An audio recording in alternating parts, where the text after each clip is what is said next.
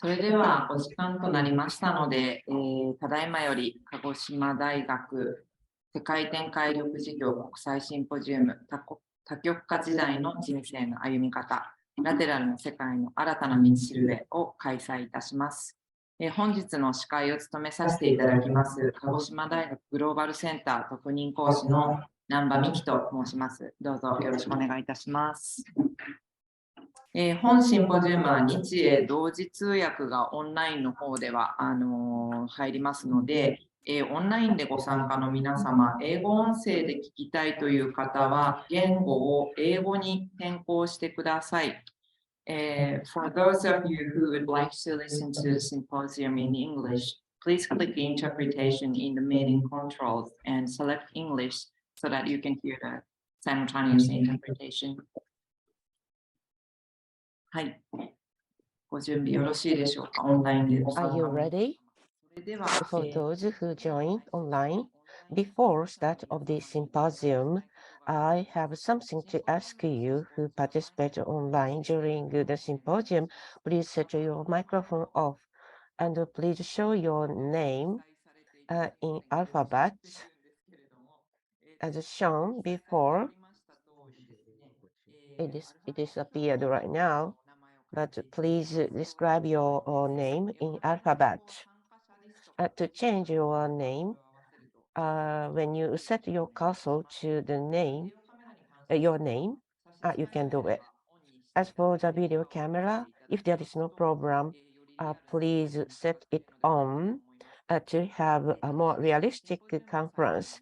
But during the symposium, we'll take several screenshots which will be posted on the website later. And for those who cannot participate today, this session will be recorded and published in the symposium website. And if you have any problem to show your face, you can set your video camera off. And during the symposium, we will receive your comments and questions via the chat box. Please feel free to write them. During the Q&A session, your questions will be answered. And at the end of the symposium, questionnaire link will be automatically shown. So please answer the questionnaire. Today, in the afternoon, as an afternoon session, so that we look back the past 5 years of this project to summarize. So if you have time, please join the afternoon session as well. So let's get the conference started. So as opening remarks, that we received a video message from Professor Akira Sano from the president of Kagoshima University. Please watch the video.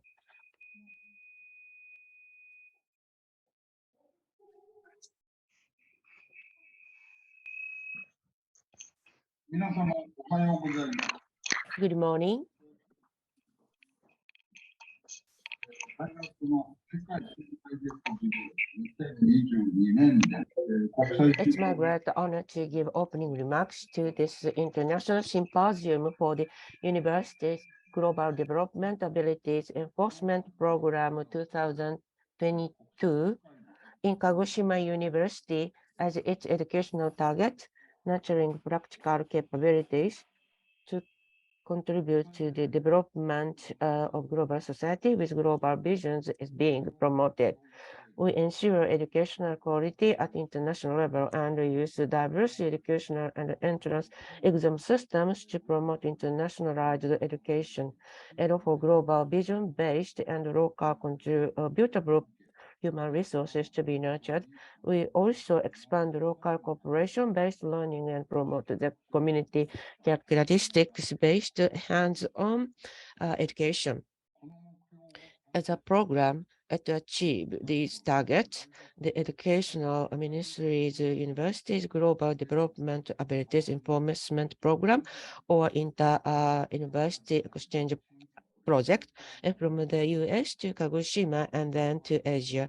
Triple Pole Partnership Program in the multipolar Asia is a core for our global education. In this program or the project, our university is a lead with 9 universities in the US and Asian countries, respectively. By establishing the triple pole partnership in the Kagoshima's natural environment and the local society with geographical marginality and cultural border characteristics, problem-solving research programs are being developed. And by COIL, Global Issue Solution, and sustainable development of local societies are also being developed. So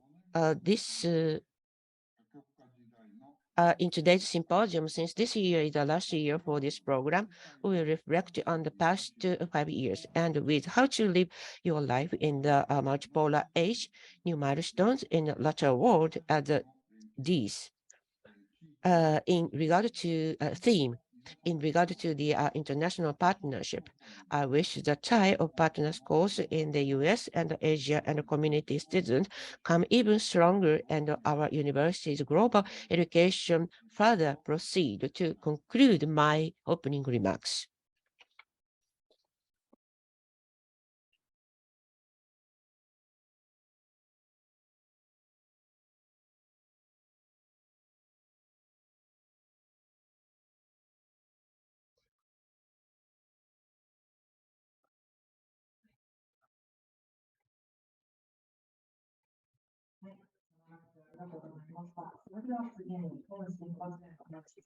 President Tosano, thank you very much. And then the aim of Global Development Ability Promotion Project or inter-university exchange project will be explained by advisor to the President, Ms.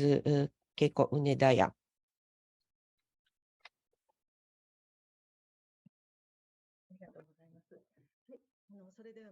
Thank you for your introduction. Good morning, everyone.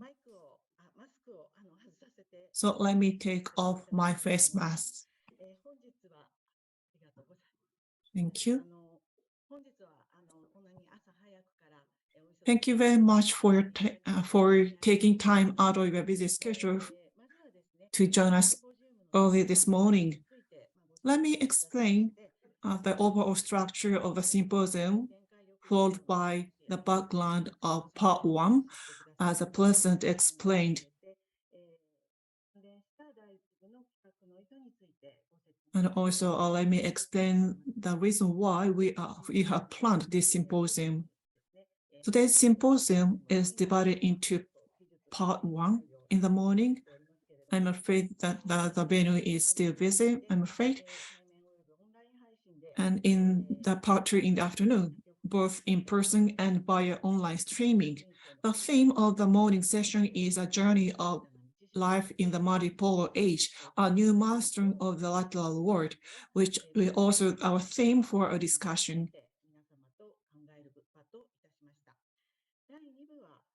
In the afternoon session, we'll review the 5-year inter-university exchange project, which is now in its final year, and talk about the possibilities and problems for the future. In addition, a third part, our virtual symposium, will be held online at a later date. We did the same thing at the previous symposium. We have the 18 partner universities, so the faculty members and the students from the universities and our university will have a chance to exchange opinions and impression, as well as freely comment on the 5-year review of this project for about a month, based on the recording of the symposium. Now, that's all about the overall structure of the symposium. Let me briefly explain the U.S. Kagoshima Asia Triad Inter-University Exchange Project. This year is the final year of the project, and Since AY 2018, Kagoshima University has been selected for the inter-university exchange project with the United States and other countries utilizing COIL-type education, subsidized by the Ministry of Education. As our university is geographically close to Asian countries and has deep academic relationships with such countries, we envisioned a trilateral collaboration between Asia and Kagoshima University, in addition to the United States. As the core of the project, specifically, on the right-hand side, so there are a tripart research and also COIL based. So we relied on this structure. And I believe that there are many up-and-coming faculty members who have close academic ties with sources in the United States and Asia. So thanks to the cooperation of these teachers, we have set 9 courses available on this slide, far left. And we have received and dispatched students. And as for pre-study, we offered an online-based training or learning to enhance the result of this training program.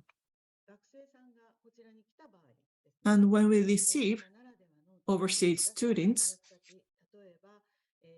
we have taken advantage of the expertise of each course to let them visit local companies that deal with the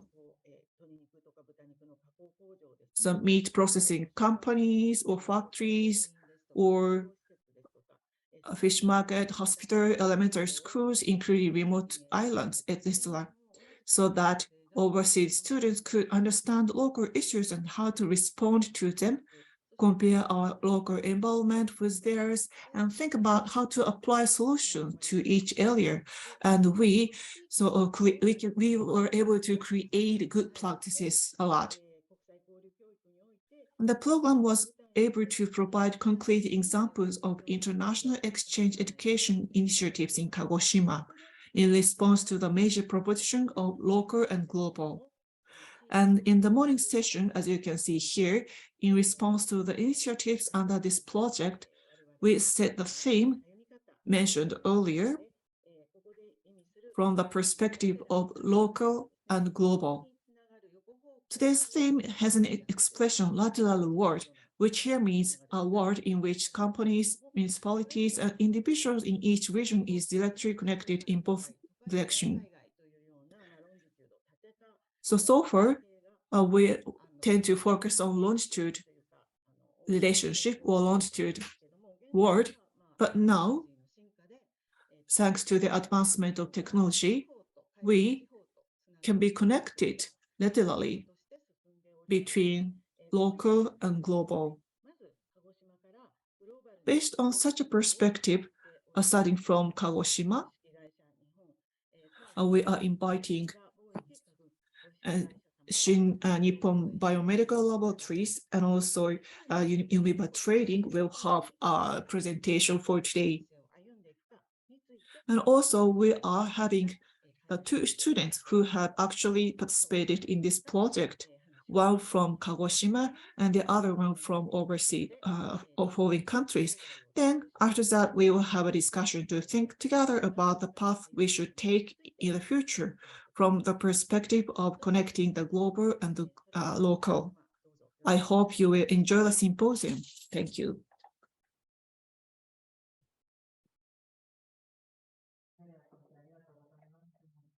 Professor Unedaya, thank you very much. Now, let me move on to keynote speech for today.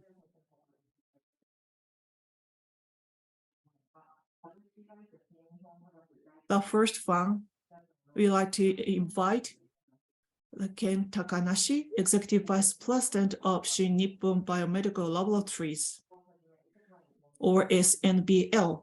The company is headquartered in Kagoshima City, and the first CRO in Japan, who have business in the world. And today's theme, so today I'd like to invite Takanashi-san. Thank you very much for your kind introduction. Can you hear me? Can you hear me? So I'm Takanashi from SNBL. So today's topic is a message from Kagoshima for companies and people in a borderless world. It is a messages from Kagoshima. That's the key. So today, the people from outside of Japan will listen. So my explanation is Japanese, but the language used for the slide is English. As introduced, currently I am Executive Vice President of Nippon Medical Laboratories. After graduating university, I worked for the trading company. And 20 years ago, I entered SNBL, which was not listed at that time, but Tosho or first section, the company was listed finally, and global and new business development are my missions. And more, I established more than 30 projects of the businesses. So I am a board member. One of them is for several companies. One of them is Satsuma Pharmaceuticals, which is listed in the Nasdaq, and TIMS is listed in the Tosho, and we received the award, the IPO 4 times. Today, my key are 5. The firstly, SNBL means Nippon Biomedical Laboratories. So I will introduce this group. And the second point is a borderless world, which is a topic of today's symposium. So I will share my insight with you. And then the third will be the challenges for companies. And the fourth, so each of us, including a student, have to do something in the future, and I will touch on the required personality in regard to that. And finally, I will touch on the Kagoshima. And 1957, our company was established. And as for the mission of this company, the environment, life, and human resources are the keys. So our company is a life science company. And recently, SDGs and the sustainable world are the hot words. And life science, which is our business, is something to do with people's lives. Currently, in Japan and US and Asia, our group company have about 30 companies. So other than that, we have NPO activities like hospitals and schools, or other companies which are now listed. And the number of the employee is 1,000, 5,000, and in total, the whole groups, 2,500 employees are working. And this is a business portfolio. And please look at the left side. That's the pharmaceutical development process. Firstly, we do non-clinical trials using animals to get data. And then after that, we enter clinical trials. And then our pharmaceuticals approved finally. And recently, vaccination is a hot topic. So the more than 30 projects are developed. In these processes, the necessary data created. So we support getting data. So they are, please look at the green part, which is the entities to do preclinical studies. And as for the basic research, as global in US and Asia, or subsidiaries, we expand the business segment. And please look at the yellow parts. So the Mediapolis, which is located in Ibusuki, there is a large land.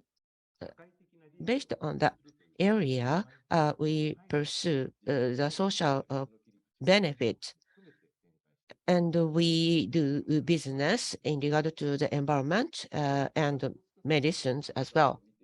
So please look at each place of our bases in Kagoshima. So here is the research institute in Kagoshima City. So not only in Kagoshima, now we have a facility. This facility is very important, not only for Kagoshima, but globally. So as for the sales, it accounts for more than half. The people who come from overseas to do research in these facilities. So these facilities are very important for the development of the medicine, and the needs are increasing even.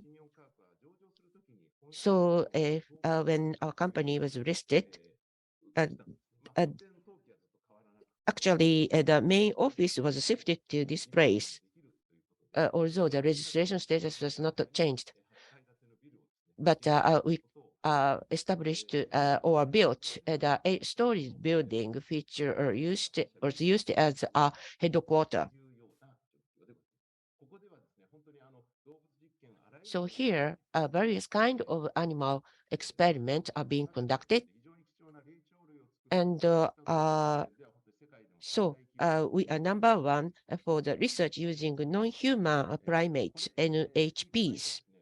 In addition to that, in Wakayama, we have bioanalysis center, which has very advanced devices for analysis. So in Japan, this is one of the top facilities as well. And here we have Inai Research Institute, whose businesses are similar to those in Kagoshima. And we purchased this company. And this company is 100% subsidiaries of our company, SNBL. From 1974, this company has continued a very famous company, but to be globally competitive, we have to increase the scale to meet customers' needs. So we cooperate with this institute, and we discussed with the owner of this institute, Mr. Sato, and currently we do our business together with this entity. In US, in 1999, we established another facility in Seattle, Boeing. We have a large land as well. The same facilities as that of Kagoshima was established. The same the global standards are used to operate this facility. So the name of this company is now Alta Science Pharmaceutical Seattle. And this is NHP resource supply chain. So we focus on environmental contribution. So in-house, we control and manage all the operations not to harm environment and animals according to the very strict regulations of US and Cambodia, China. We established facilities, and from those facilities, we get the animals for experiment. So this page shows the NHP resource supply chain. And from here, I will touch on clinical studies. And after that, after the animal experiment, we administer the drugs to human. The business started in 1999. Other than Kagoshima and Tokyo, Osaka, we are doing operations at staff members 750. And they try to get to the data to develop necessary drugs. So although there are some risks for the contraction of the diseases, but they go to the actual places to get the data. And this is a joint company of PPD and SNBL. Now we are doing a global clinical study. So in many places, we are doing research or the studies at the same time. So to do so, we need a global joint venture company. So we established PPD, SNBLKK. And this company is in Maryland, Baltimore. So it is a public medical university with a history of 200 years, which is a University of Medicine University of Maryland, Baltimore. So we have this is a venture company between the private company and the public university. So we share the medical information, JD, to contribute to the benefits of the society in the medical field. In 2005, in the Maryland University, there is a park. So we made the subsidiary company with the 97 beds. This is our subsidiary company.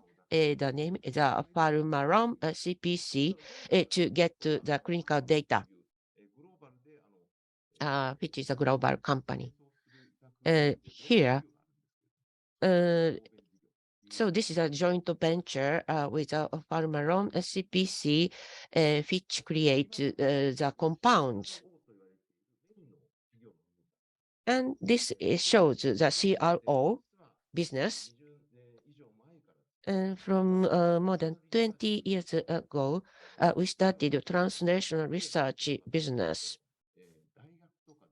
So universities and startup companies, technologies should be utilized. So we are partners, we cooperate with each other to promote this kind of business.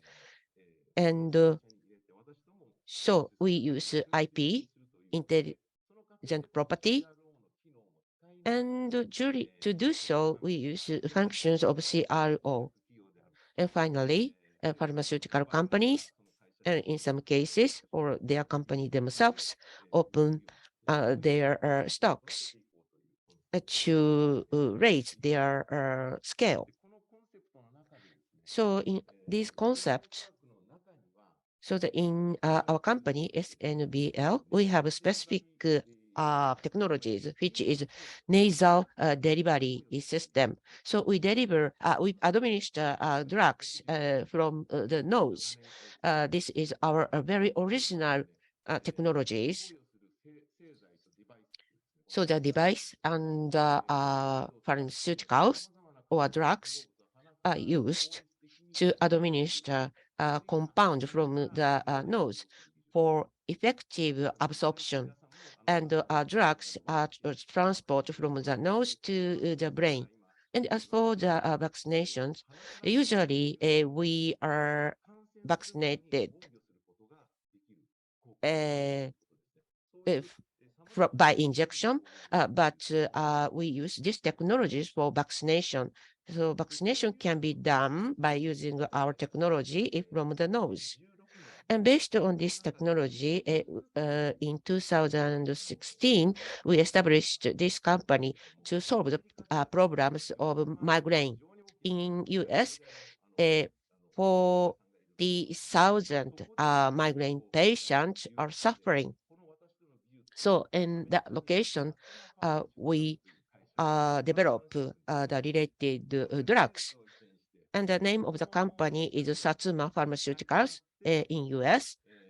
This company is a lead to develop the drugs to treat migraine. In 2019, we established, we are listed on NASDAQ, and US investors invest us. So now that we finished the phase 3 study, and as earliest next year, we can do a NDA application.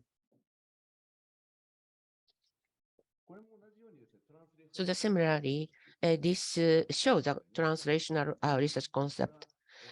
2008 and 9 at Tokyo University and Harvard University professors help to establish our subsidiary in Japan. And then we integrated all the functions to create Wave Life Sciences. And after that, there was, and we received the venture fund from Ginko in Kagoshima, and we spin out. In 2015, we did IPO, and we are proceeding with the new company, new drug development. So in this company, the molecules are created by and in this company, the drugs for rare diseases are being developed. And here is another company. This is the venture company. By using natural elements, the drugs are developed. In our company, we are working as a CRO and consultant for this company. So the disease to be treated with this drug is cerebral infarction or stroke. In Japan, after the long term of clinical studies, we get the data for acute ischemic stroke, AIS. So this drug has a potential to be a blockbuster in the world. The last week, 27th of November, the company was listed.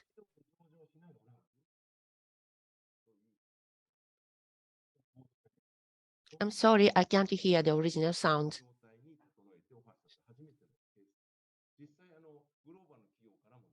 From global companies, we have received investment to develop this drug. And as a newly listed company, this company is proceeding with their activities. And lastly, this is the Rika Therapeutics, this is a joint company with a Harvard University. For Harvard University, this is the first time for them to do a joint venture company, and the target drug is anti-depression drug. This translational research is supported by many companies as well. And the point here is how to control IP. So IP should be transferred from the person to the person who needs it.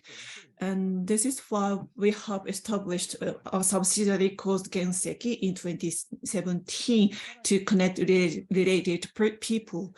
And also this company has its own fund or venture fund.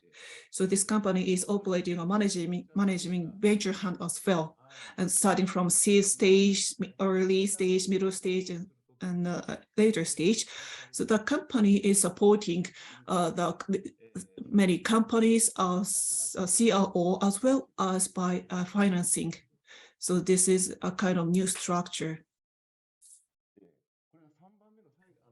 So this is the third business of SMBL, that is Medipolis business. Okay, the feature of this business is completely different from other businesses on my company. And there is a vacant area, a large vacant area owned by the government. And when our company listed in the stock market in 2004, we decided to contribute to local area. Then we purchased this vacant land from the government to revitalize the area. So that is why we call this business as social benefits contribution business. And one of the biggest features of our business is about proton therapy and research center based on our advanced technology. So we irradiate the tumors precisely with a proton beam and to cure the diseases. And we have applied this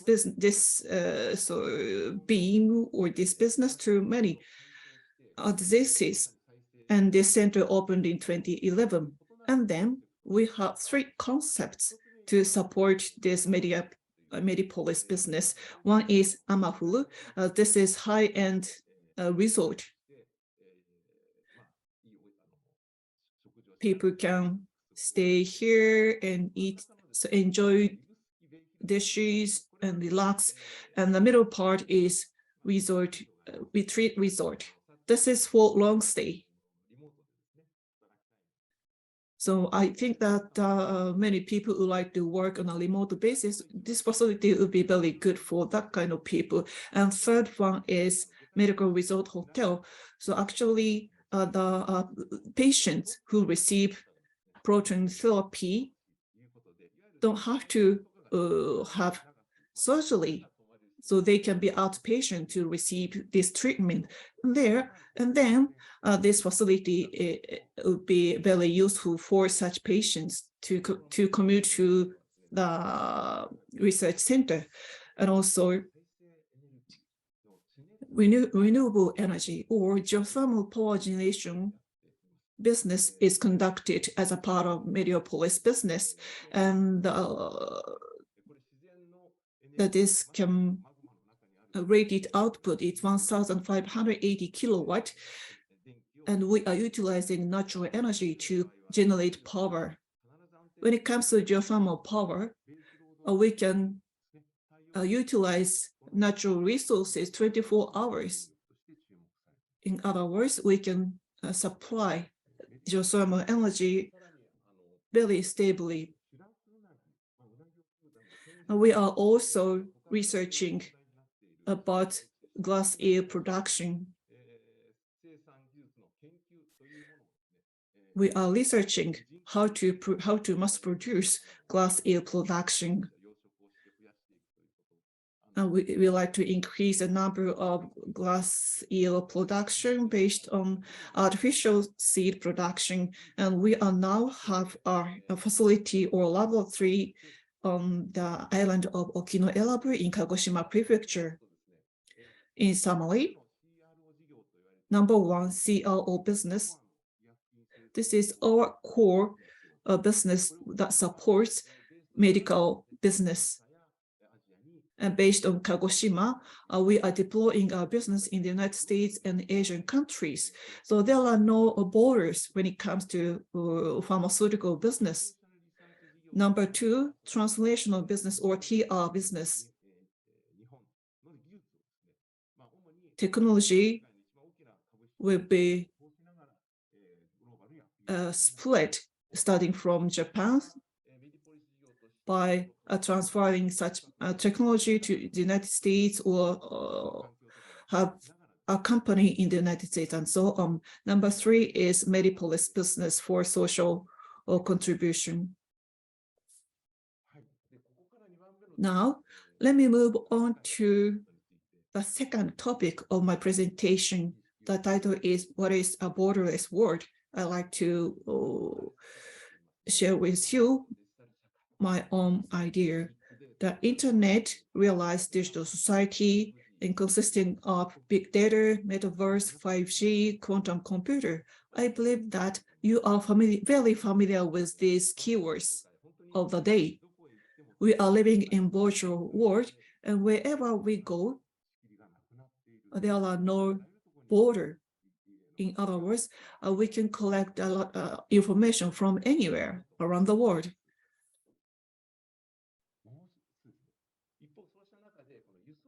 And such an environment, transportation infrastructure has been developed.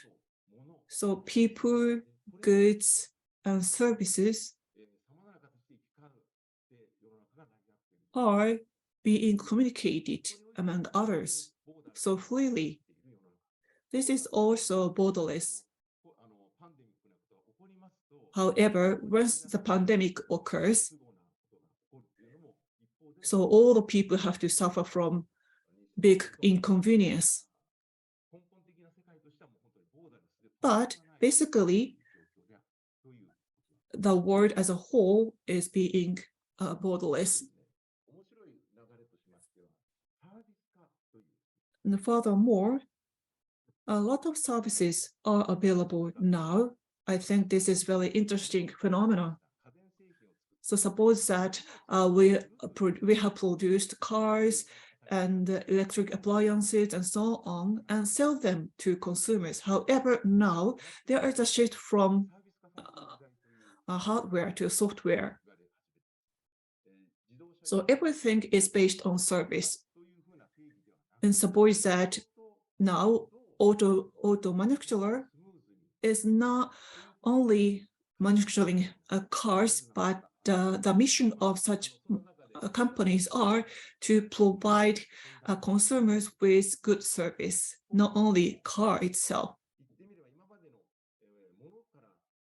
So from the changes, so based on the changes from hardware to software, the border or wall of industry is also being disappeared. And also right-hand side, that many increasing number of companies try to sell time, such as Uber and so on. So time itself can be sold. And furthermore, Airbnb. So the traditional concept of business has been drastically changed. So we are living in such a period.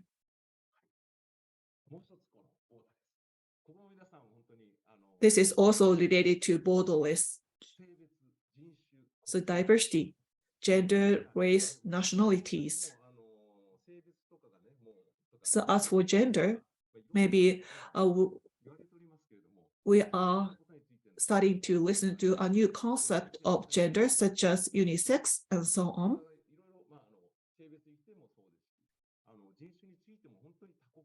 And also race, there are many people who have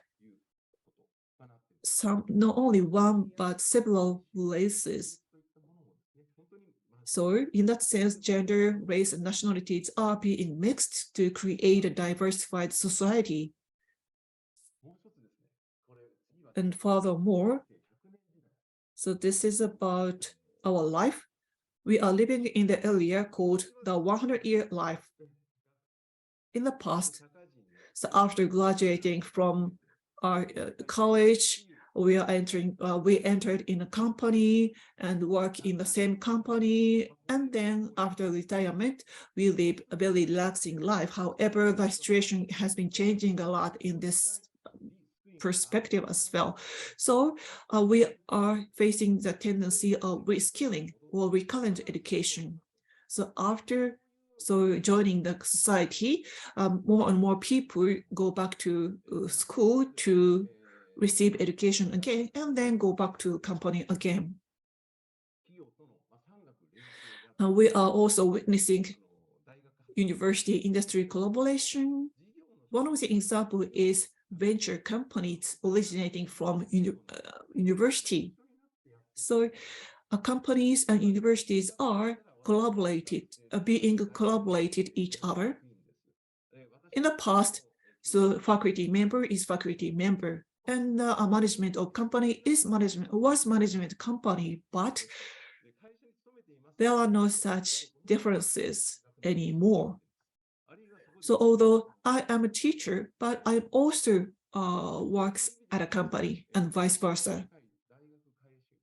So in this sense, the border between company, society, university, and so on are being disappeared as well.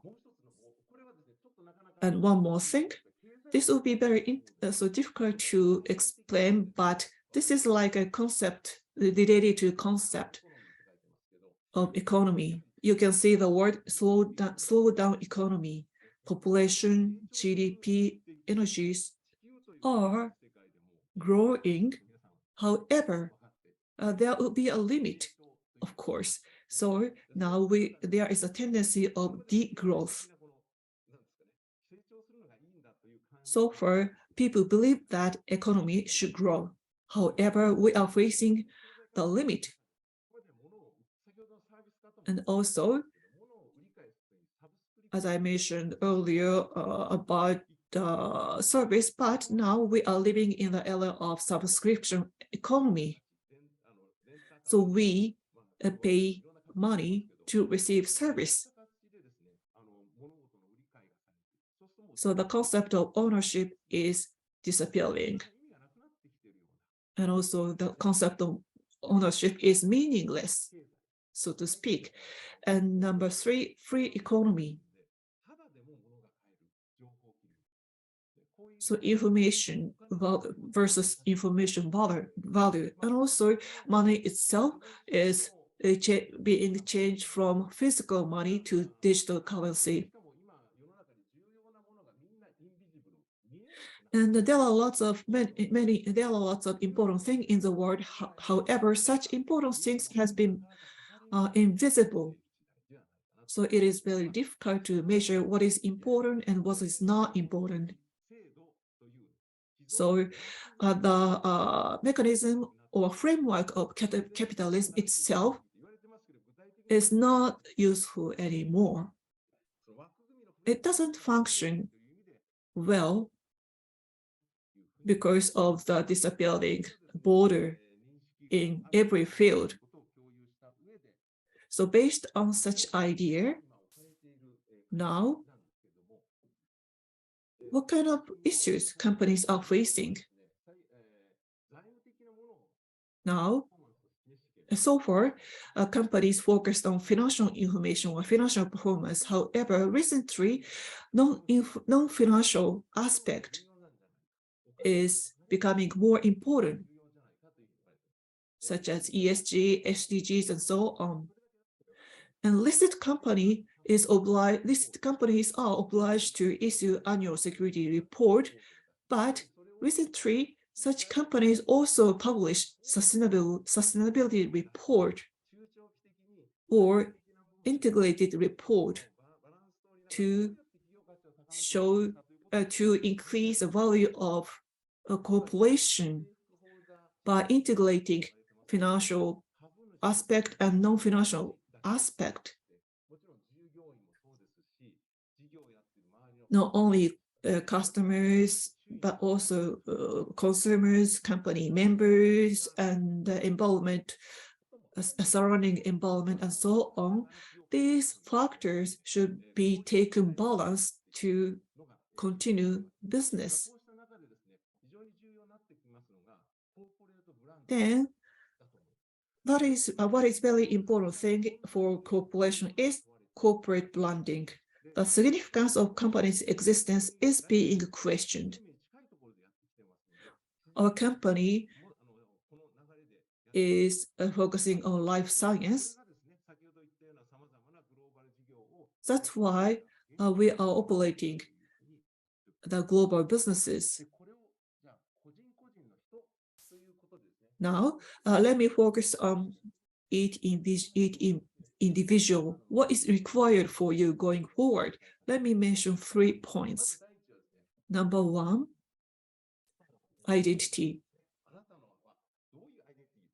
What kind of identity do you have? So you have to have a strong identity rooted in the community and tradition. So we have to have a strong identity. It is becoming important in the borderless world. Number 2, after pinpointing, after finding a strong identity, we, human as a whole, have to think about the happiness of humankind. As a humankind or as a human being, what we should do to contribute to the entire world or to contribute to the happiness of humankind as a whole. On the other hand, even if we have a strong identity, we have to living in the borderless world by communicating each other. So in that sense, we have to have open mind to communicate diversified people freely and on a proactive manner. Based on these 3 factors, I believe that we can be active in the world. Then, let me talk about Kagoshima. First, of course, Kagoshima is located in Japan. I'm afraid I cannot hear his voice due to some communication. And so although the Japan is very small country, small island countries, and also suffered from a lot of natural disasters such as typhoon and so on. But people living in Japan don't want to or don't have any intention to leave from Japan or Kagoshima. So because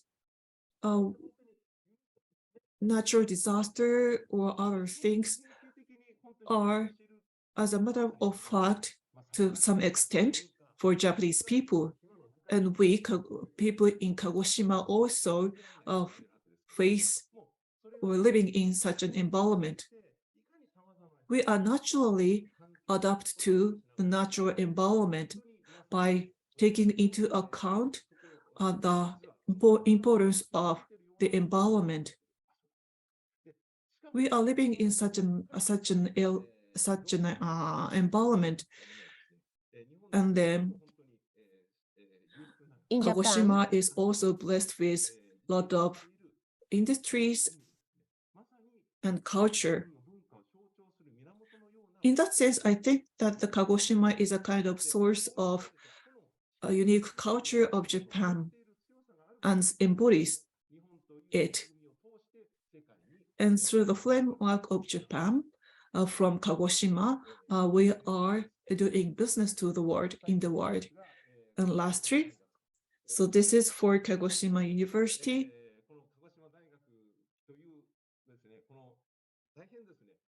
Kagoshima University is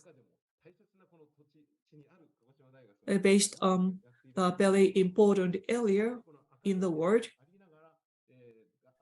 And the university is, of course, academic facility an institution that connects, that can be a bridge between Japanese people and the people around the world.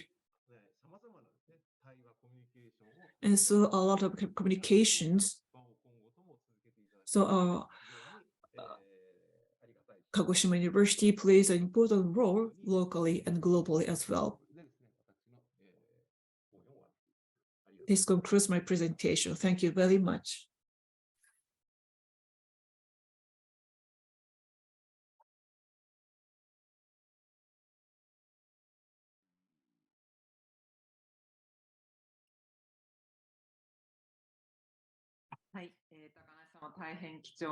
Mr. Takanashi, thank you very much for your inspiring presentation and a very important message.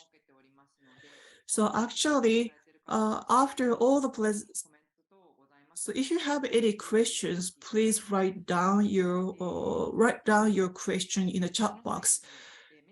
So we will have a Q&A session after all the presentation. When you send a message, be sure to please make sure that the destination is all. From now on, we like to take a 6-minute break. So we like to resume the session at 10 o'clock Japan time. 6-minute break. Thank you very much.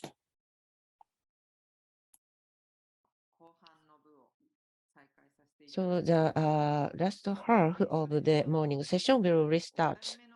The second keynote speaker, the president of Yumiba Trading, Mr. Akinobu Yumiba, will talk on the Kagoshima to global exporting agriculture, forestry, and fishery product. The Yumiba Trading is based on Kagoshima City, expanding its business globally. It is a general trading company that they export the agricultural, forestry, and fishery product and import feed materials and fertilizers of southern Kyushu. Mr. Yumiba, please. My name is Yumiba from Yumiba Trading.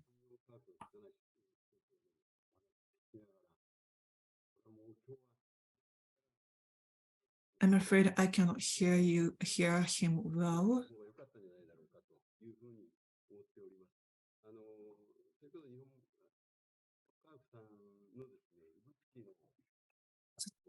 SNBL has Proton Center in Ibusuki.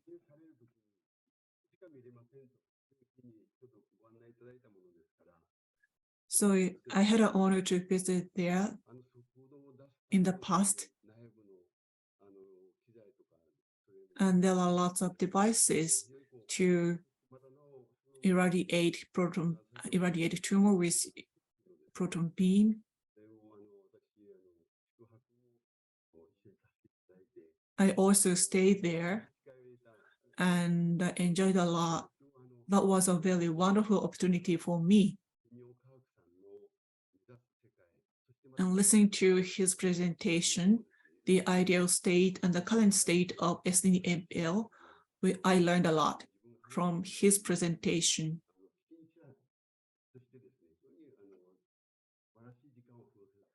So in that sense, I spent a very good time.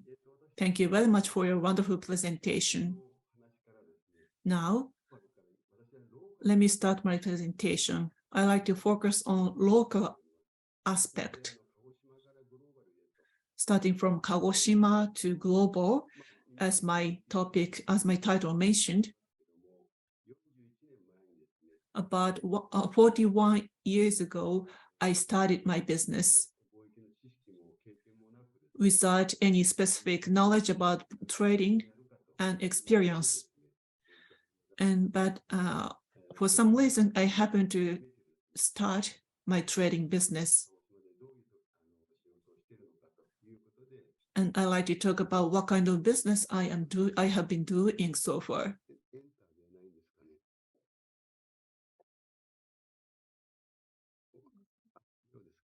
So how can I change my slide?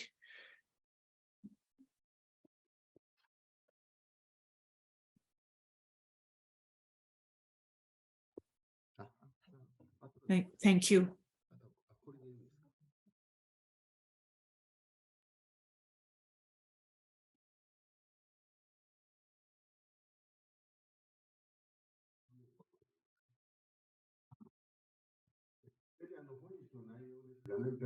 Okay.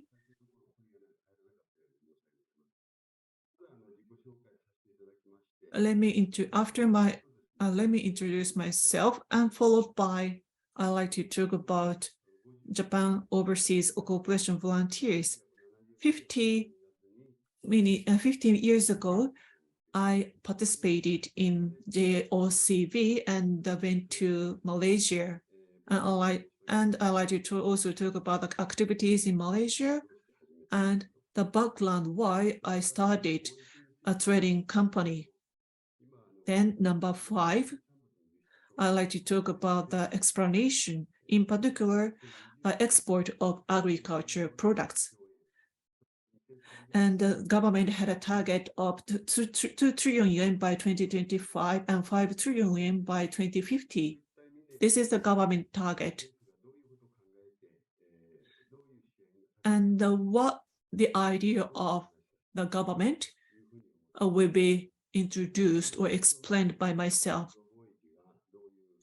And what kind of initiative or efforts you mean by trading is doing. And number 6, I have involved in volunteer activities, so I like to talk about how to nurture the youth. In particular, how to dispatch younger generation to other countries, and so on. And also, I visit a school to deliver a speech to students and so on. And lastly, I'd like to mention messages to students.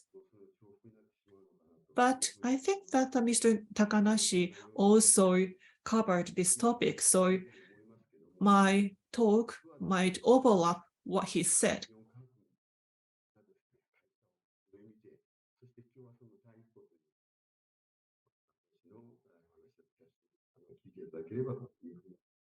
But so I hope you will enjoy my talk.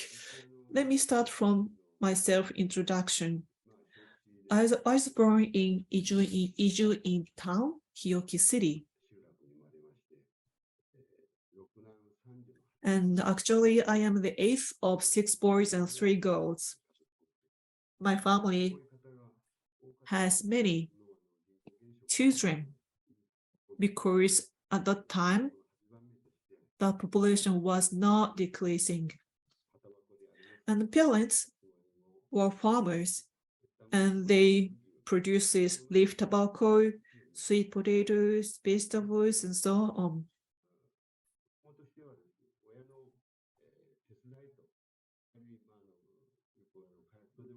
So in my childhood, I supported and helped my parents.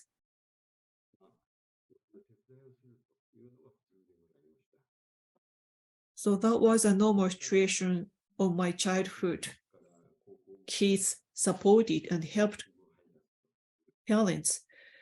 And I also was a paper boy during my junior and senior high school days. And after graduating from high school, I found a job at a lab of welding rod manufacturer. And there I studied a basic of welding rod business. But at that time, I didn't know whether that was a way to go for me. So I started to explore my future by reading historical novel one after another for my future. Kagoshima is surrounded by the sea, and over the sea or across the sea, what countries are there? I was wondering.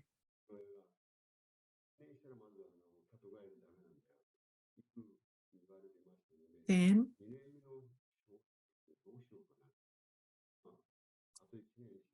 so I was wondering what I should do. And after visiting foreign countries, I stayed there for a while, and also wondering I should go back to Kagoshima or not. And I decided not and continue my travel without any specific plan. I visited a country and tried to find where to stay there through the communication with local people. Of course, at the time, I didn't speak any foreign languages, so I had very big trouble. But I enjoyed my encounter with local people a lot.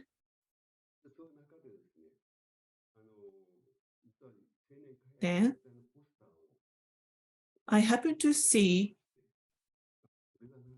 after going back to Kagoshima, I happened to see a poster of Japan Overseas Cooperation Volunteers, or JOCV, and I noticed I was able to go to foreign countries financed by the Japanese government. As you may know, JOCV is financed by ODA budget of the Japanese government. And one of the projects conducted by JICA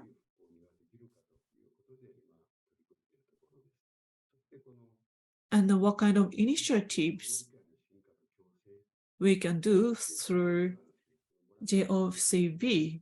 These are the topic of this JOCV project. And there are three purposes of this project. One is contribution to development and restoration of economy and society of developing countries. Number two, the deepening and coexistence among multicultural society. Number three is social contribution through volunteer activities.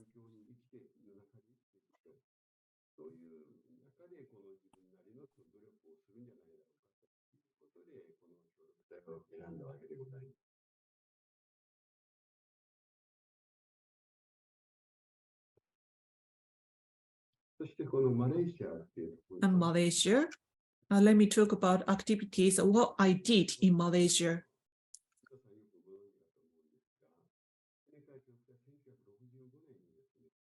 In 1965, Malaysia, Laos, Cambodia, and Indonesia, I visited. And one of my destinations was Malaysia. I was very surprised to know that there are many people with different ethnicity, and the people were living together despite such differences. And while living there, of course, Malay people accounted for the most in Malaysia.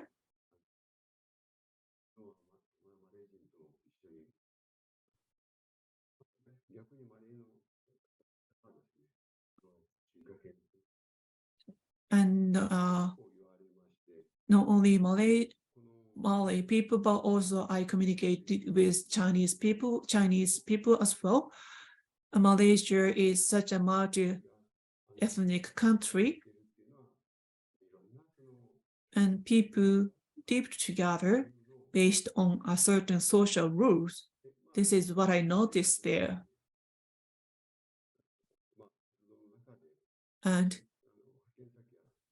during my stay, I worked for vocational training school. That means I had school holidays. During the holiday, I visited Indonesia, Thailand, Laos, and so on. In particular, in Indonesia, there are lots of children on the street doing their own business and so on.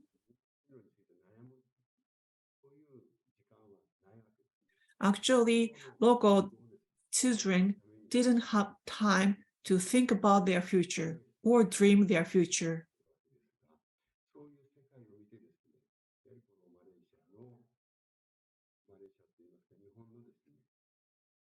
And I noticed the differences between such a country and Japan there.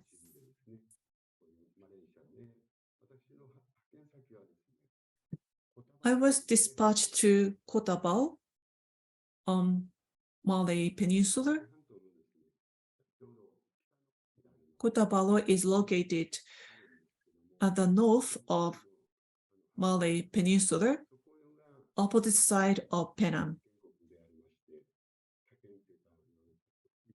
I was dispatched to that area. As the elderly may know, Kota Bau was a place where the Japanese military landed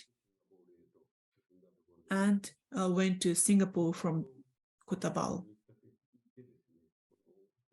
And of course, there is a language barrier there. Even after 3 months language training in Japan, it was very difficult for me to communicate with local people with local language. But by communicating with many people, I tried to develop my language school. And I happen to know that from 1942 to 1944,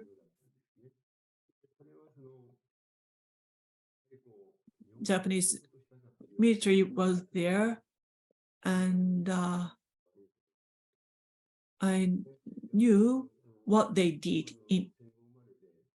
They did good thing and bad thing. Also, I was born after the end of World War, so I didn't know what happened during the Second World War, but I felt very sorry for what the Japanese military did at the time.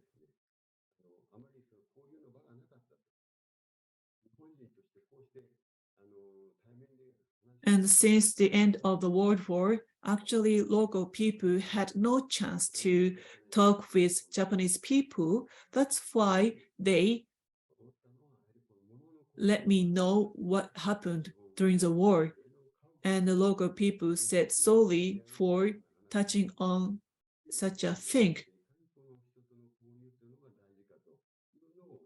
They had not had opportunity to talk with Japanese people since the end of World War, and I noticed the importance of communication as well. And these are my students at a vocational school. It's very difficult to find out where I am. Actually, I am just in the middle of this picture.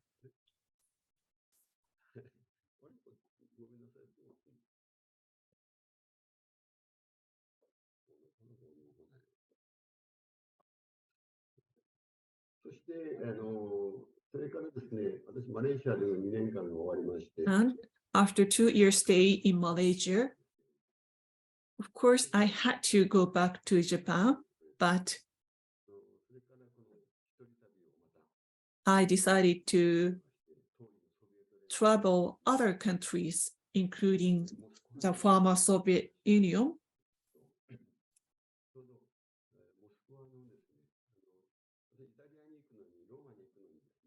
In order to go to Rome, I had to stay 2 nights in Moscow, actually. When I stayed in a hotel,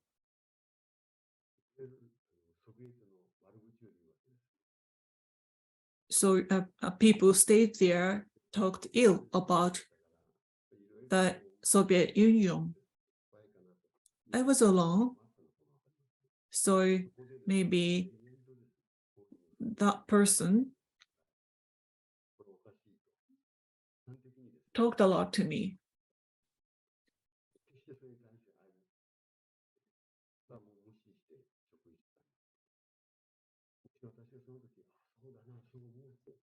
At that time, so I didn't hear that talk. Based on my intuition, I shouldn't have talked with that person.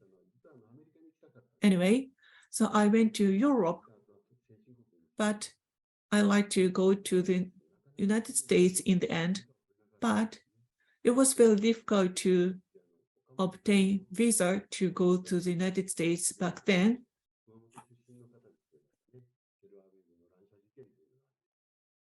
And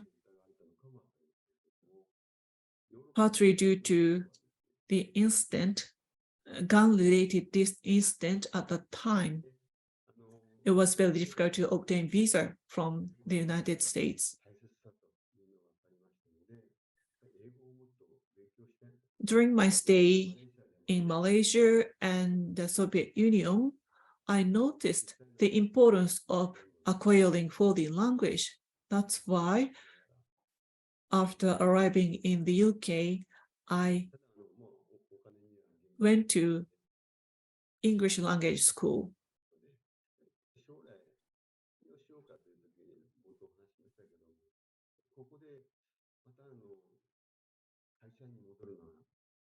And after a 4-month stay, again, I did want to continue my travel without going back to Kagoshima, but I decided to go back to Japan because one of my older brother did his own job in Osaka. I decided to join the company. I was wondering what I should do to realize my dream. I decided to save money, and after having 10 million yen, I went back to Kagoshima.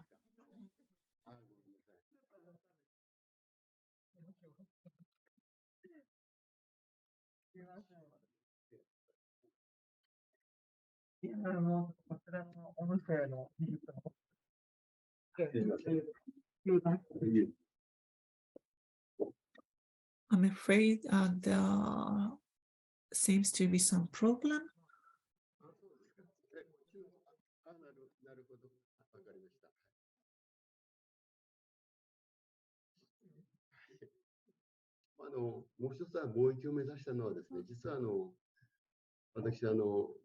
I decided to do a trading business, partly because my friend, one of my friends left Kagoshima.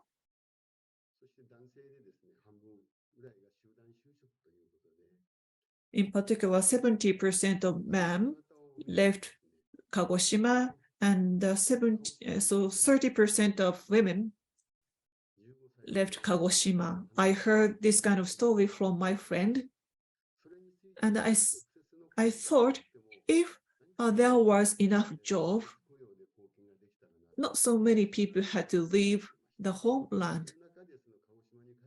So if I created a job, people would be able to stay there.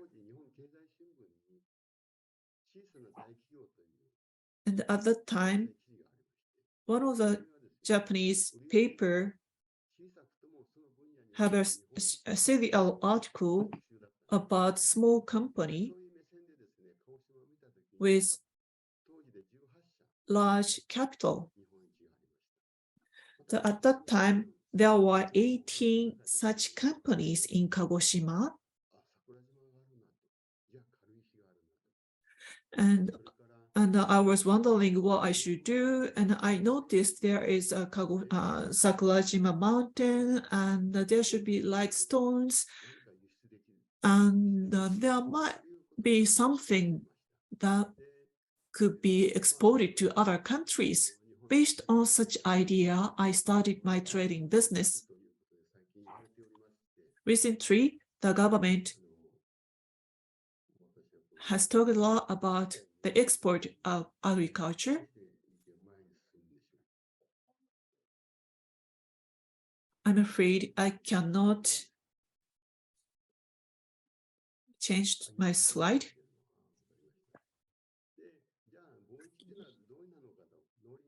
And let me talk about what a trading business is, in particular, the export of agriculture products of Japan.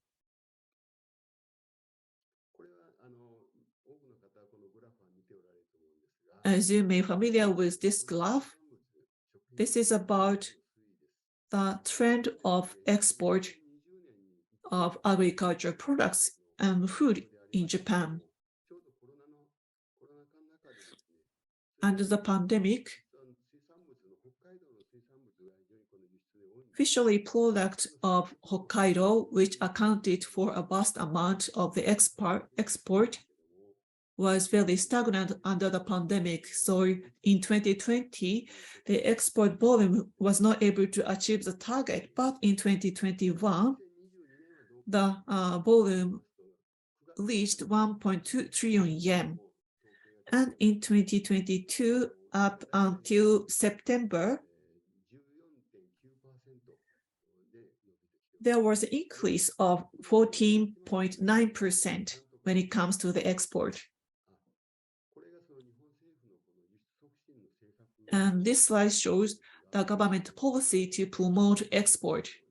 I'm afraid due to time constraint, I'm not going into detail, but this is a basic policy.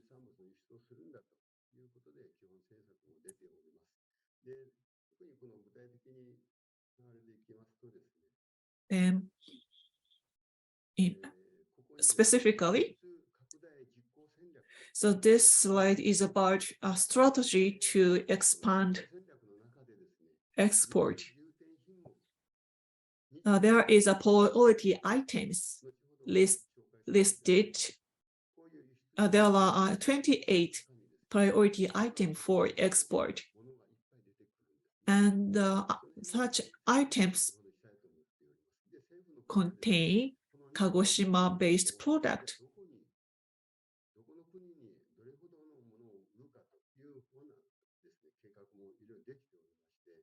There are lots of specific plans to enhance and what kind of business should be supported. This kind of information is available on internet, so let me skip detailed explanation. And then, 28 items are shown here. As you see, Kagoshima is strong with the export of beef in Olympics. In 6 out of 28, we won at beef, pork, chicken, eggs, and vegetables, sweet potatoes, the tea, buri, irochel, and Thai red bean, and some sweet specific to the Kagoshima using sweet potatoes are strong together with miso, shoyu. So out of 28 Kagoshima-based produce are designated as widely known items. And this is the export result year-on-year base. So we see how the sales grow in export, and many of them are from Kagoshima. So the logs, as for the export of logs, Shibushi Port is #1 in Japan. And as for red bean, as I said, so it's strong in export. So the base, on average, 25% growth can be shown, but some of them grew more. For example, buri, yellow tail, 42.6% growth is shown, and the red green tea, 26.1%, which is similar to the average. And pot planted tree, which is a strong item of Kagoshima. The last year, the sales growth was minus, but cyclid on the trees specific to Kagoshima will grow. And we can see rapid growth in for the export of eggs. 27.9% growth is shown for the export growth of eggs.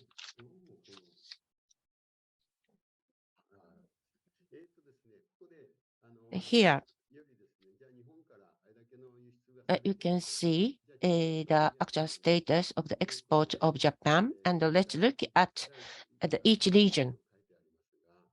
You can see from #1 to 10th. #1 is China right now. In the past, #1 was Hong Kong, but right now, #1 is China. And please look at the yellow part. Those items are produced in Kagoshima as well. And red ones, the Kagoshima's expertise. And from Kagoshima, those items are exported.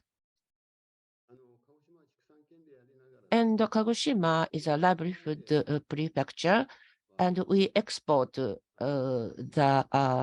skin part of pork. So as a raw material, the raw pork skin is salted and exported. So we add additional values to our items, which is promoted by our governor. So there is a possibility to increase the sales of pork skin and together with red spring. And it is processed, and a Gucci, very famous brand, use the skin that we produce. So in the future, we can produce more products in this field. So the skin of the pork or pigs, actually, sorry, it's not the pork, but the pigs is our strong product. maybe my talk is prolonged.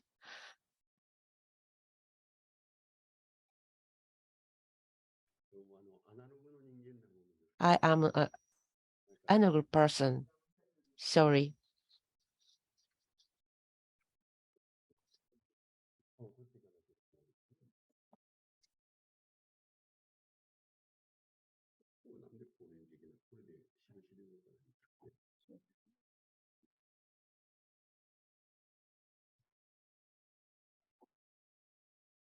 Please wait for a while.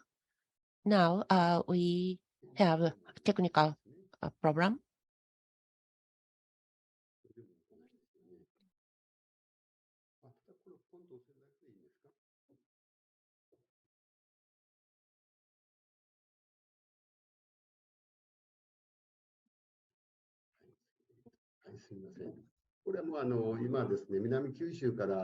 So from southern Kyushu, what kind of items are exported based on Shiboshi port? In Kagoshima, as export port, we have Shiboshi, Kagoshima, Sendai port for export. So the southern Kyushu items can be exported from those ports. So here shows the primary industry of Kagoshima, fishery, agriculture, and forestry of Kagoshima. I will touch on that part. So as for the output, we are second, following Hokkaido. So we have a high potential to produce more product.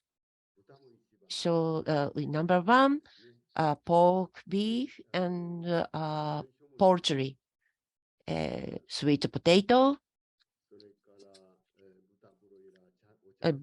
broiler, green tea.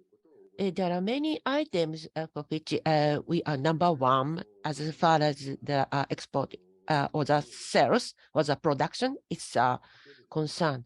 Here is the items of the forestry. Many of them are bamboo-related products, and this shows the fishery product. So we are strong with culturing yellowtails or greater yellowtail and prawn and eel. So we are number one for those products. And the government set a target of the volume of the export, and Kagoshima also set the target. And how much items are exported from Kagoshima? And number one destination for our export is the US. So I didn't touch on this part so much, but for US, we cover a large variety of items for export. And as for the export to China, scallop number one, and for Hong Kong, pearl is number one. And as for the US, the Kagoshima produced items are exported, and 14.5 billion yen is the export amount to the US. Here shows the Kagoshima Prefecture's export target. So I was a member of creating this vision, and 30 billion yen was a target, but we reached the agreement to achieve this target. Actually, we already achieved this target. Here you can see the target of 31 billion point 1,000 yen. Maybe the next target will be 50 billion due to rapid growth of the primary industry product of Kagoshima. And here shows our Yumiba trading companies' business activities. Our activities are export and import, and target exporting company. In number one is US, Canada, Taiwan, Indonesia, India, Singapore, Malaysia. And as for the export items, Kagoshima-based items such as yellowtail beef, the processed sea product, are the main products. It's difficult to send the fresh material by air, but if we send them in a frozen status, the material or the product can be still fresh, and they are well received. And as for the sweet potatoes, the China-based peoples love sweet potato related products. And from Kagoshima, we export sweet potatoes. But in some countries, the fresh vegetables or the fruits not allowed to be imported. In Canada, it's okay. So as for the primary industry product, there are various kinds of regulations in each country. So we have to look at the details of the regulations. And in US, the fresh vegetables or fruits are not allowed. So if we processed those products like baked potatoes, we can export them to the US. So in Kagoshima, food industry is very flourished, including noodles and condiment. In regard to export businesses, so you can see bicycles as one of the import items. We import a finished product, but also a semi-finished product and materials. So we produce a variety of products. So for those products, we import the materials as well.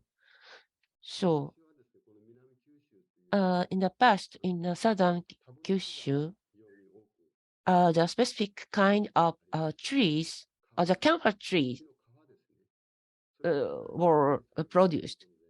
And the barks of the trees were powdered and used for incense. And we also produce we imported chemical fertilizers in the past. But to the China set higher tariff for those items, and we have now difficulty to export those products to China. And these are our focuses. And US, Europe are our target areas for export. We're using various routes. We export our product. So we try to increase added value to our product. For example, egg rolls, because we export a lot of eggs to Hong Kong, Taiwan. So we process eggs to make egg rolls to be exported to the US or other countries. And another item is green tea, organically grown tea, green tea. Actually, 70% of the export of teas to Canada is organically grown tea, and to Europe. Also, we try to produce the product grown without using chemicals.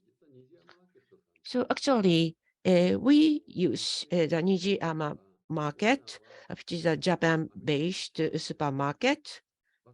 We use that company for export.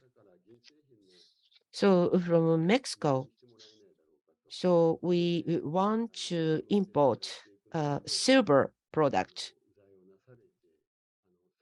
Sorry, so the Nijiyama market started with the silver trading. And in San Diego, they set the first store at San Diego, Hawaii, in New York. Nijiyama market expanded the number of their stores. And the other day, President visited Kagoshima to visit the family graveyard. And at that time, he visited the plant in Kagoshima, and Nijiyama market wanted to import the product from Kagoshima, and I was a consultant at that time.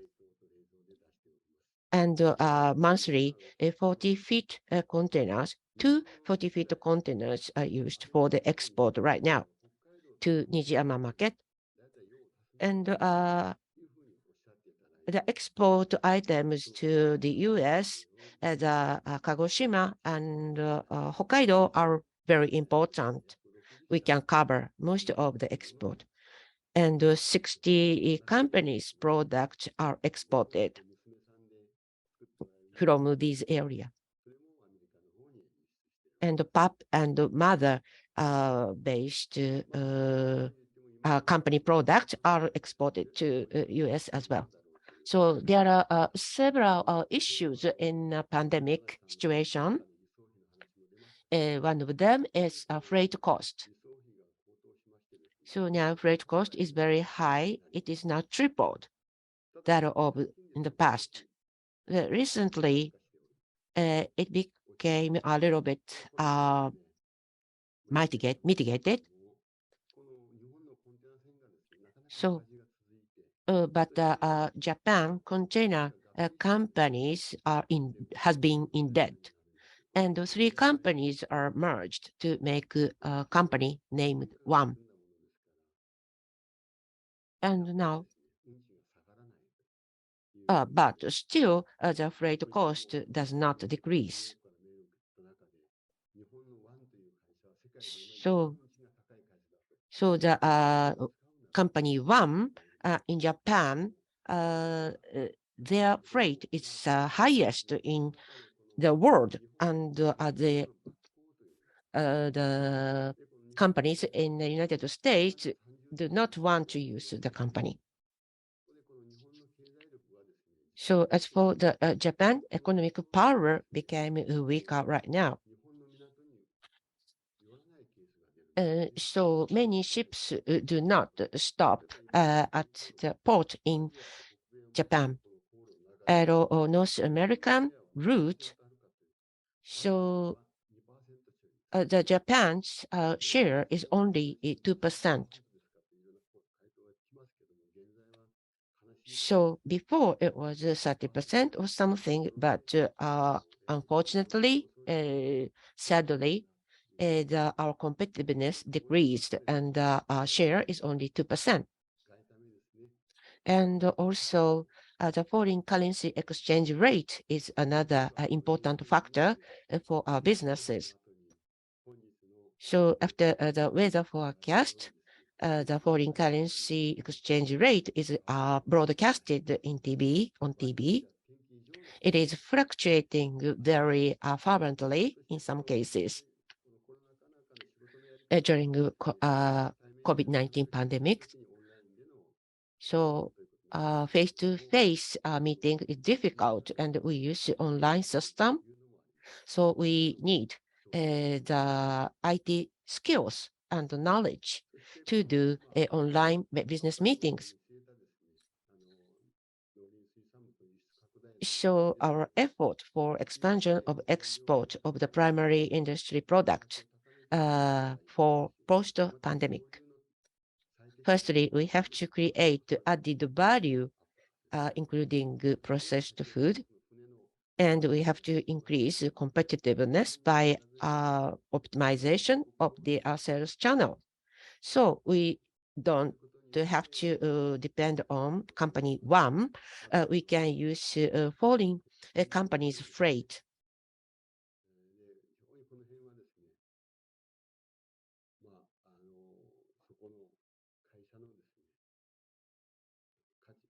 So the value of the company or the strength of the company is being tested.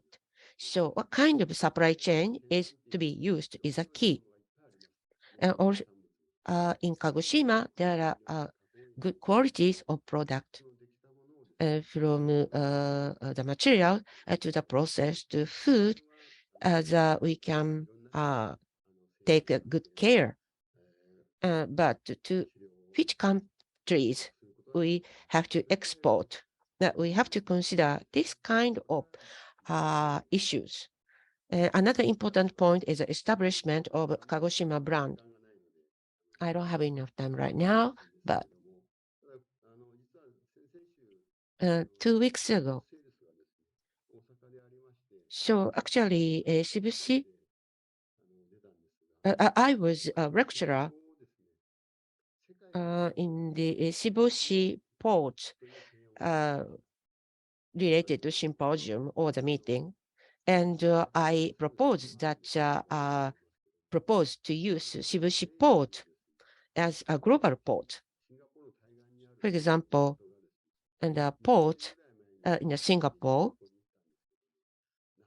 I visited the port 20 years ago.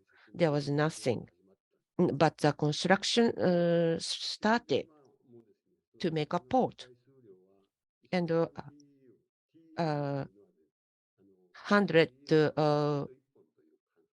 10 million EPU PEU is now handled in that port right now. So how about Japan? Tokyo, Yokohama, 7 million, and Osaka port, 5 million only. So the port in Malaysia, they handle their own country's product. So the port functions as an international hub port. Shibushi port faces the Pacific Ocean, so we can make Shibushi port to be international hub port. This is the port of Tanjou or Malaysia Johor, Port Tanjou. And this one of the branch activities of the JICA, Youth International Corporation. So the return to the local communities is one of the missions. And PR is our key. As a part of PR activities, the Beijing High School and high school student in Kagoshima, 15 students are dispatched as Youth International Corporation volunteers. And the mass communication staff will be with them. And students experience homestay for 4 nights. So through various experience of the students, what they learn will be returned to the local community, and this is a good opportunity for them to reflect themselves. Now, to 7 countries, our students are dispatched. In the past, 362 students are dispatched. And again, they may visit other countries as Youth International Corporation volunteers. Again, during those experiences, they can find something new. For example, during the homestay in the Sulawesi Island in Indonesia, I experienced a homestay there, and I took care of the student in the same village as well. And I called the name of a student, the name of one student, and the student started crying because the student felt lonely because he didn't understand any language. She didn't understand any language, but he could hear Japanese language, and she started crying.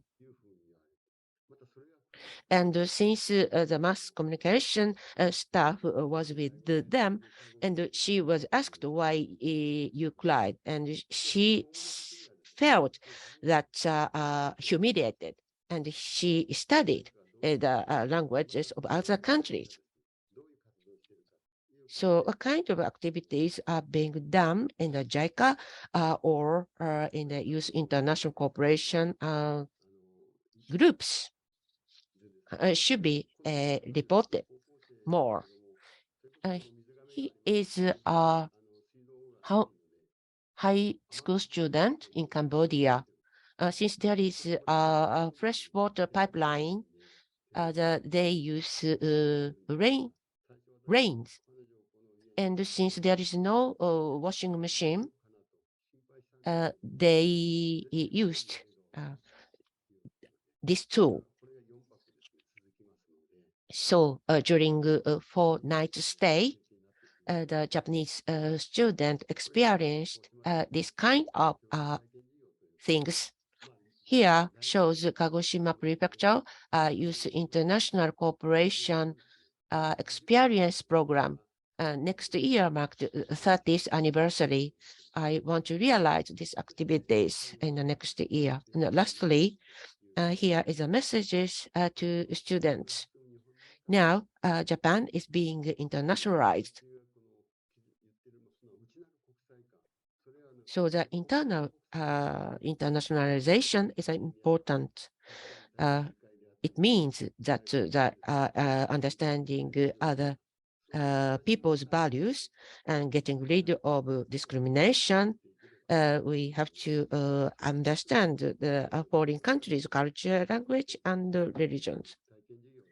So that's something the student can experience in the volunteer activities. So there are 40 chances a year to join those activities.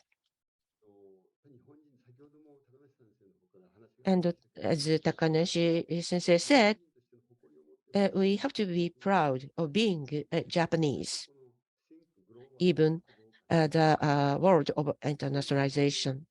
And think global, act locally is an important mindset. We want students or people to make it into practice. So be active. This is a message to the student. And Darwin's evolution theory, it's not true that stronger and bigger creatures can survive. It's not true. The evolutionary, environmentally adaptable ones can survive. So without being afraid of changes, we have to be always proactive. So in this grove, how Kagoshima make effort should be something that we have to consider as well. And we have to consider aging society with less children as well. And lastly, this is the coffee beans produced in Kagoshima in my backyard.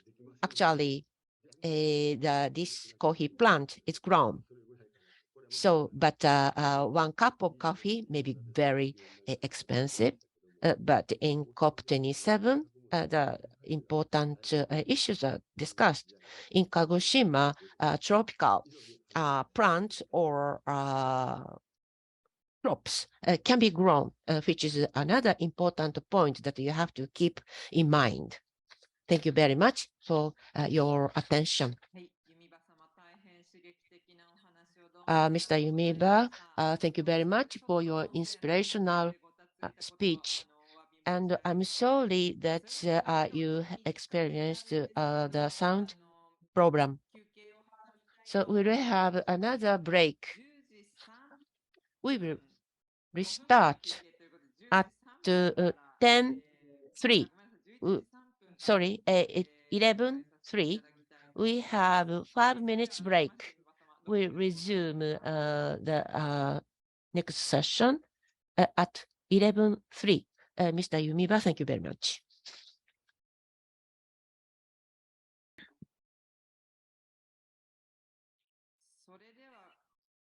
Okay, now I'm afraid that someone's mic is on, so please turn off your microphone, please. Please turn off your microphone. Please turn off your microphone. From now on, I'd like to invite 2 people who participated in our international exchange program.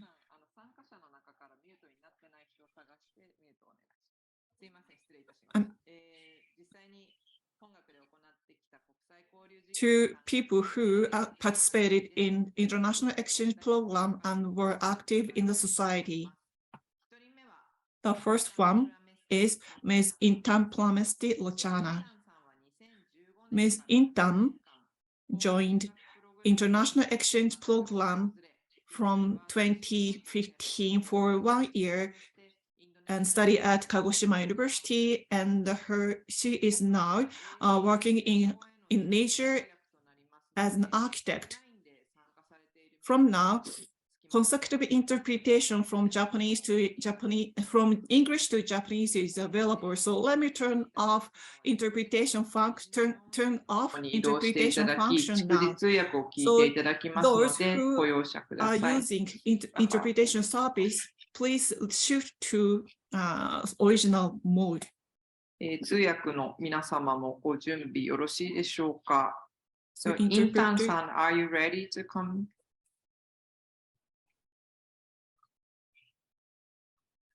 Thank you. I can share. I can see you. Good morning. 皆さんおはようございます。Good. So it's time, no? Okay, first I want to share the screen. まず画面をシェアさせてください。I'm sorry, it's still disabled to share the screen. I'm sorry, I need allowance to disable. 共有が今できない状況です。はい。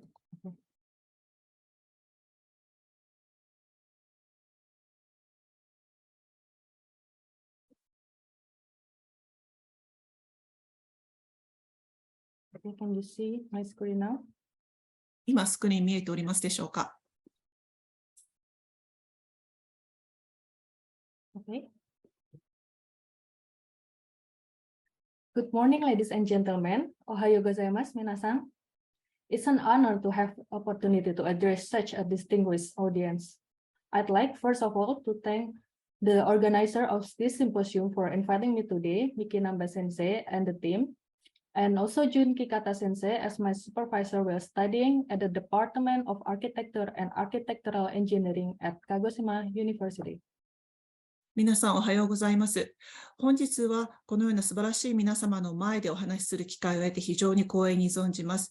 まずはシンポジウムの主催者であり、私に本日お声掛けいただきました南波美希先生にお礼を申し上げます。そしてまた木方淳先生、私が鹿児島大学工学部建築学科でこの勉強してした際に指導教員として面倒を見てくださいました木方淳先生にもお礼を申し上げます。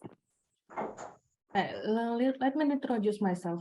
I'm Intan Pramesti Rohana, an alumni of the exchange student program at Kagoshima University. from April 2015 until February 2016. And now I'm living in Semarang, Central Java, Indonesia as an architect and urban designer. まずは簡単に自己紹介です。インターンプラメスティ・ロチャナと申します。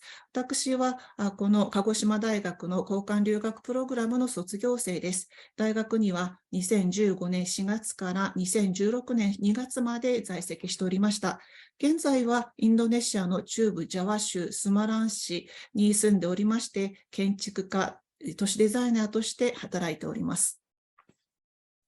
As you can see on the screen, I would like to share my point of view as a student who experienced study abroad at Kagoshima University, Japan. And what I intend to do is to describe to you my experience during my study abroad and the impact after the program. このスライドにありますけれども、本日私が鹿児島大学で留学生活を送った一生徒としての観点からお話ししたいと思います。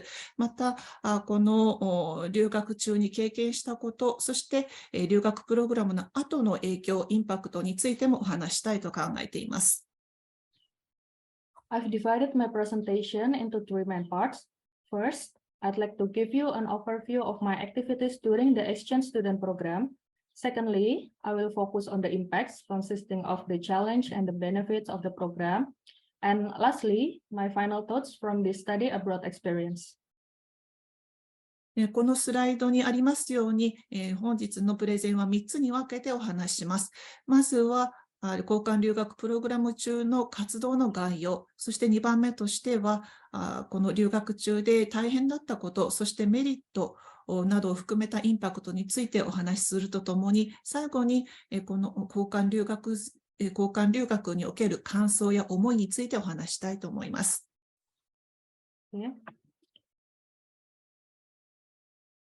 First, let me give you a brief overview of my activities during the exchange program, mainly academic ones. I was placed in Kikata's laboratory to participate in semi or seminar once a week and learn how to conduct research and write a report for final year students. I also took several classes to understand better about the educational system and enable me to transfer my credit when I return to my home university.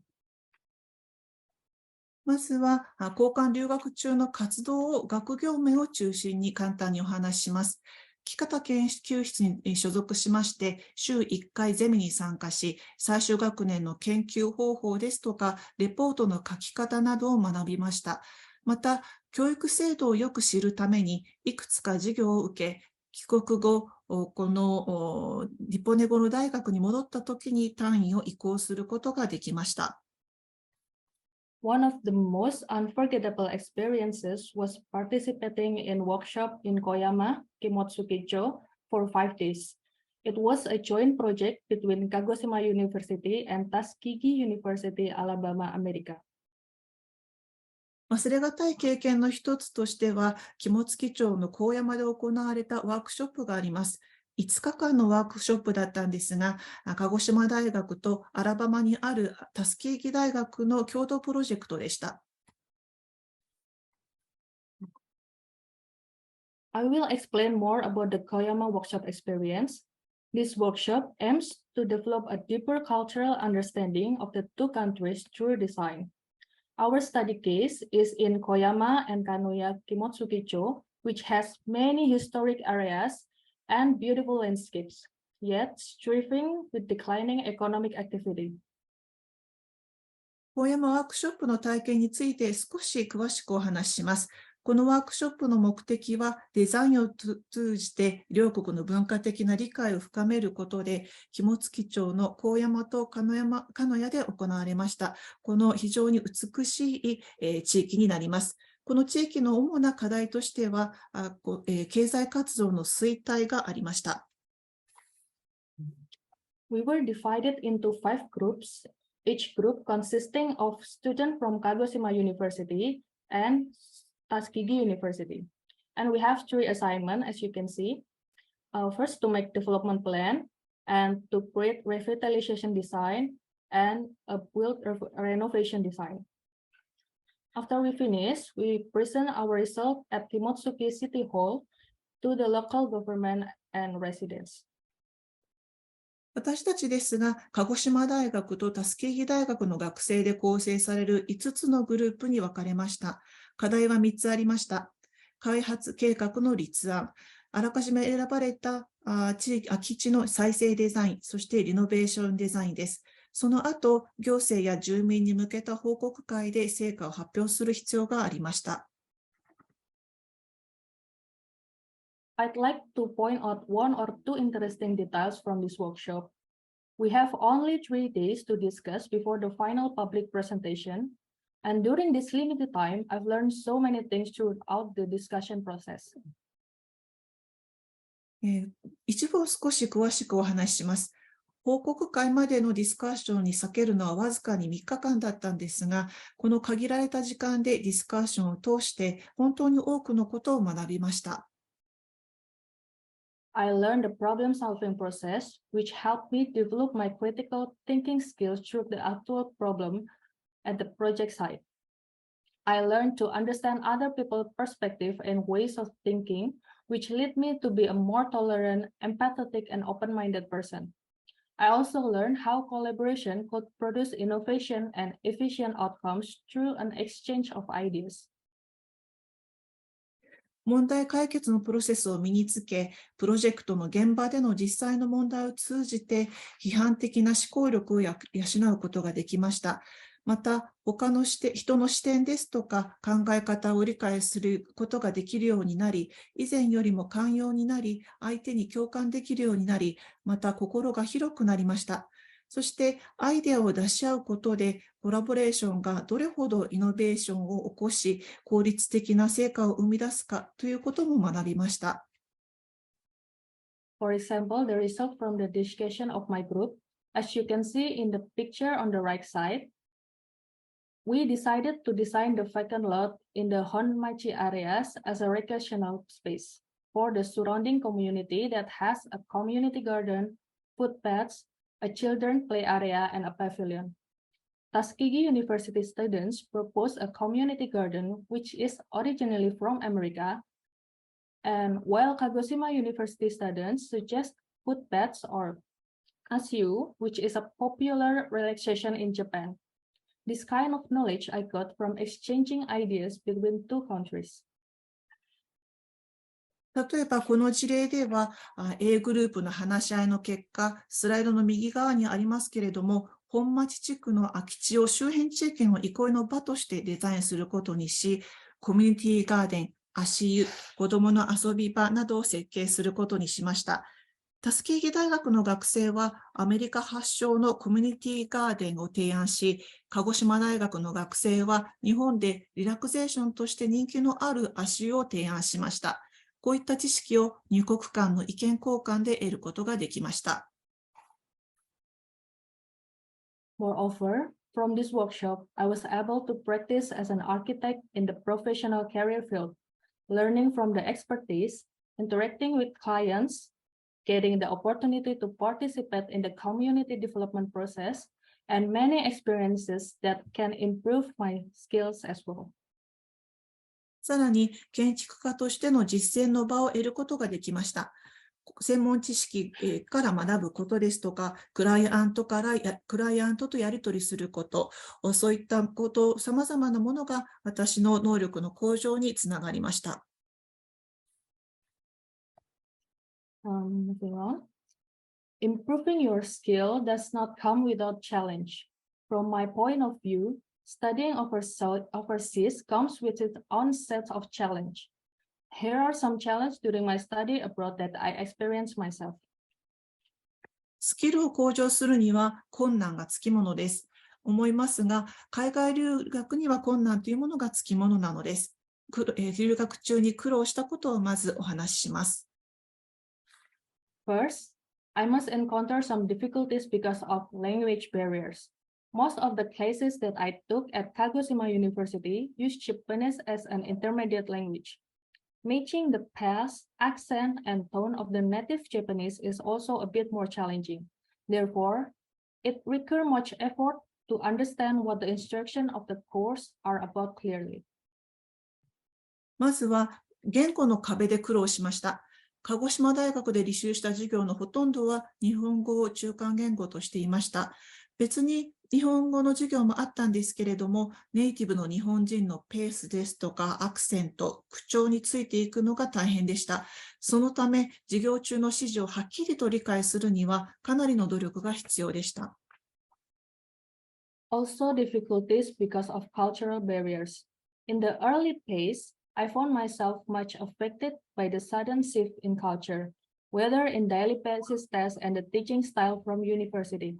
Especially in architecture, my field, we need to study in a fast pace and meet critical project deadlines. 文化の壁もありました。留学当初は突然の文化の違いに知らないうちに大きく影響を受けていました。日常的なことや大学での教え方も含めてです。特に私の専門である建築の分野では、早いペースで勉強して課題の期限を遵守する必要がありました。Other challenge that I faced in my daily life included dietary and health issues, climate uncertainties, and the feeling of being homesick. Though there seems like many difficulties during study abroad, it's just about your ability to work hard and persevere through challenge to prove yourself. その他には日常生活で直面した困難があります。例えば食事や健康に関すること、また気候がよくわからないということ、そしてホームシックです。留学中は大変なことが多いと思われるかもしれませんが、自分の能力を発揮するために努力し、困難に負けないでいられるかどうかが鍵となります。And let's move on the benefit from study abroad. There are plenty of benefits to studying abroad, but I want to focus on the long-term benefit that highly contributes to my career. では、留学のメリットに話を移します。留学中、そして留学後の人生にも大きな影響を与えるようなメリットがたくさんありますが、中でも特に長期的に私個人のキャリアに大きな影響を与えたものもお話ししたいと思います。First, advancement in my career and education. Ever since having studying experience in international environment, improved my studying habits and evolved me to continue my education and graduate school. I continued pursuing graduate school at the Urban Design, Bandung Institute of Technology in 2019 and recently graduated. The study abroad experiences also increased my opportunity to get accepted into one of the most prestigious universities in Asia. まず、最初ですけれども、自分のキャリアと教育への投資ということです。国際的な環境に身を置いて学習とした、そういった経験を通じまして、自分の学習習慣が改善されました。そして大学院の進学を決意しました。2019年にバンドン工科大学大学院都市計画研究科に進学し、最近卒業しました。留学したことでアジアで最も有名な大学の一つに合格する機会も手にしたということです。My research topic is about conservation and revitalization in the heritage area. I've got so many inspiration from my workshop in Koyama, and these experiences are intentionally stored as subconscious memory, which can be used whenever I'm stuck and need inspiration. Without this kind of experience, my knowledge and inspiration may be limited. 私の研究テーマは歴史的な地域、遺産地域の保存と活性化についてでした。高山でのワークショップから多くのインスピレーションを得ていました。様々な経験が知らず知らずのうちに潜在意識に蓄積されて、行き詰まった時ですとか、インスピレーションが必要な時にいつでも引き出せるようになっています。こういったもの、もし留学経験がなければ、もしかしたら知識ですとか、インスピレーションのストックも限られているのかもしれません。Secondly, a good resume for personal branding can give a stronger credibility and confidence in looking for a job prospect. To illustrate this, let's have a closer look at my milestone graphic. Studying abroad gave me a significant milestone in my career. After I graduated, I got a job at Wisma Karman Inc., one of the best architecture and urban design consultant in Semarang City, Indonesia. And now I'm currently working in the government office as a supervisor for the implementation of public works. 2つ目です。パーソナルブランディングにおいて箔がつきますので、より良い仕事を探す上で信頼性を高めて自信を与えてくれます。こちらのスライドが示しているのは私のマイルストーンです。留学は大きな節目となりました。卒業後、スマラン市で最高のコンサルタントの一つ、ウィスワカーマンインクに就職しまして、建築と都市設計のプロジェクトを担当しました。そして今は行政で公共事業の実施に関わるスーパーバイザーをしています。Lastly, networking and professional development. As you can see here, even though this program I experienced almost 6 years ago, Kagoshima University is still welcome and maintaining a good relationship with me as an alumna, and I was able to talk in front of all you in this symposium. 最後に人脈作りと専門性の向上です。交換留学プログラムに参加しましたのは6年ほど前のことになるんですが、鹿児島大学は今でも私を卒業生として歓迎してくださり、いい関係を維持しています。そのおかげもありまして、本日皆さんの前でお話ししているわけです。As a final point, I want to share my final thoughts from this study abroad experience. There are a lot of experiences that are as transformative to my development as a student from studying abroad. Complete immersion in another culture heightens cultural sensitivities and open up my perspective to the world culture richness. And studying abroad increases my competitiveness as a job seeker after graduating. 最後になります。留学に関するまとめです。留学は様々な経験を通して学生としての私の成長に大きな変化をもたらしてくれたと思っています。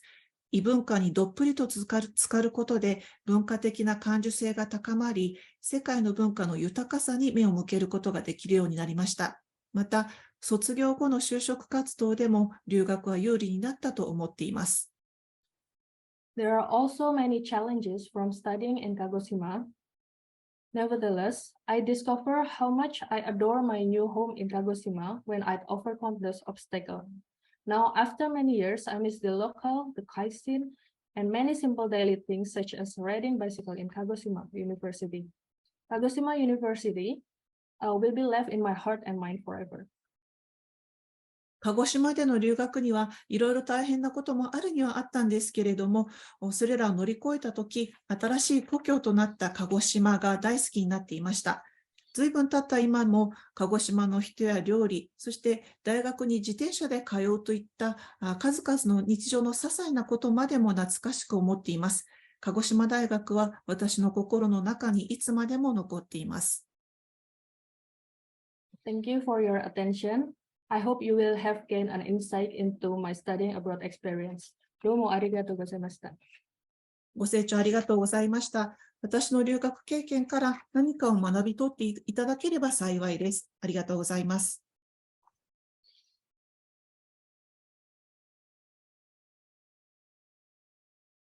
Thank you very much, Intanさん。That was fantastic.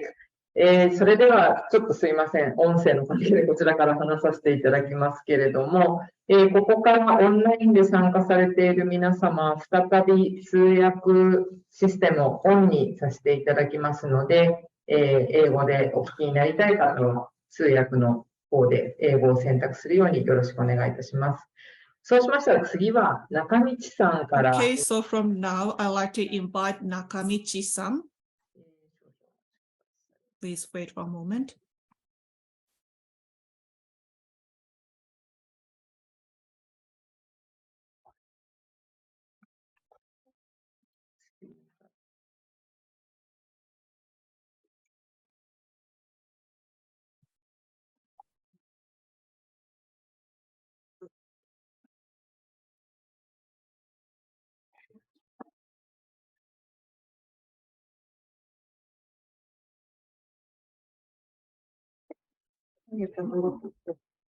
Thank you very much, Intan-san. So I'm going to call you back to the discussion time. So please stay online.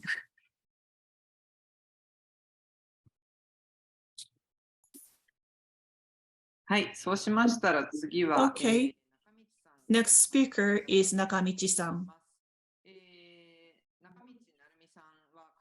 Ms. Narumi Nakamichi, while studying at Kagoshima University, she joined exchange program with Taiwan and graduated from the Faculty of Law, Economics and Humanities in 2018. And now she works at a special school in Kagoshima Prefecture. Thank you very much for your kind introduction. And I'd like to extend my deepest thank you to Morita Sensei, who took good care of me when I visited the overseas country. And it's very rare for me to speak in front of this big audience. So in 2018, I graduated from the course of Humanities, Department of Law, Economics, and Humanities. I'm Narumi Nakamichi. After the graduation, I have worked for a school for special needs in Kagoshima Prefecture. I'm now working for a special needs school in Kirishima City, where the temperature is lower. Here is higher, though, in charge of the second year class of junior high school.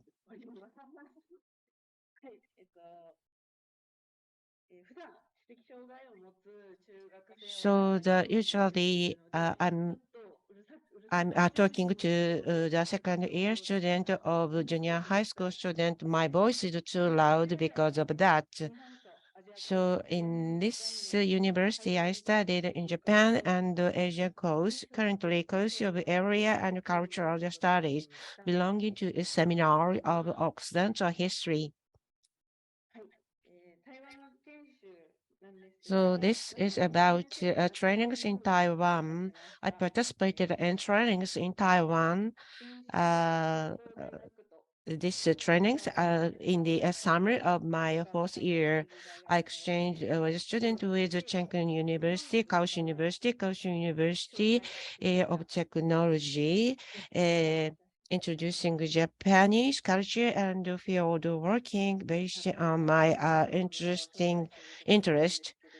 So I am introducing Japanese culture here. So I felt that how difficult it is to convey what I feel.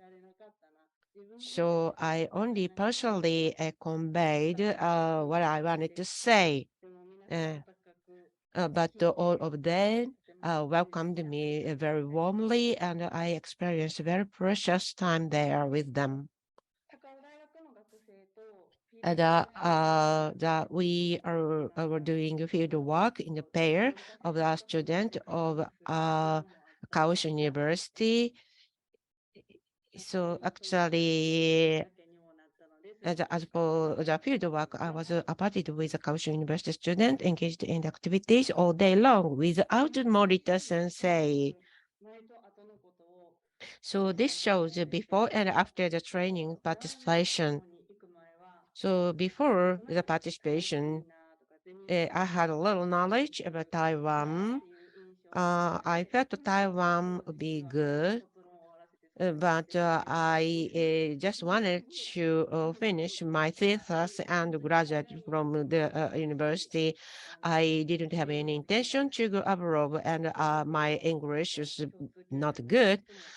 And my academic score of Chinese language was not good, so I barely managed to pass the end of seminar exam. So I couldn't imagine I would go to Taiwan at that time. But after the participation, I came to want to know more about Taiwan. So I want to live in Taiwan. So although I was the fourth year student, too late, but I wanted to experience the exchange student life there.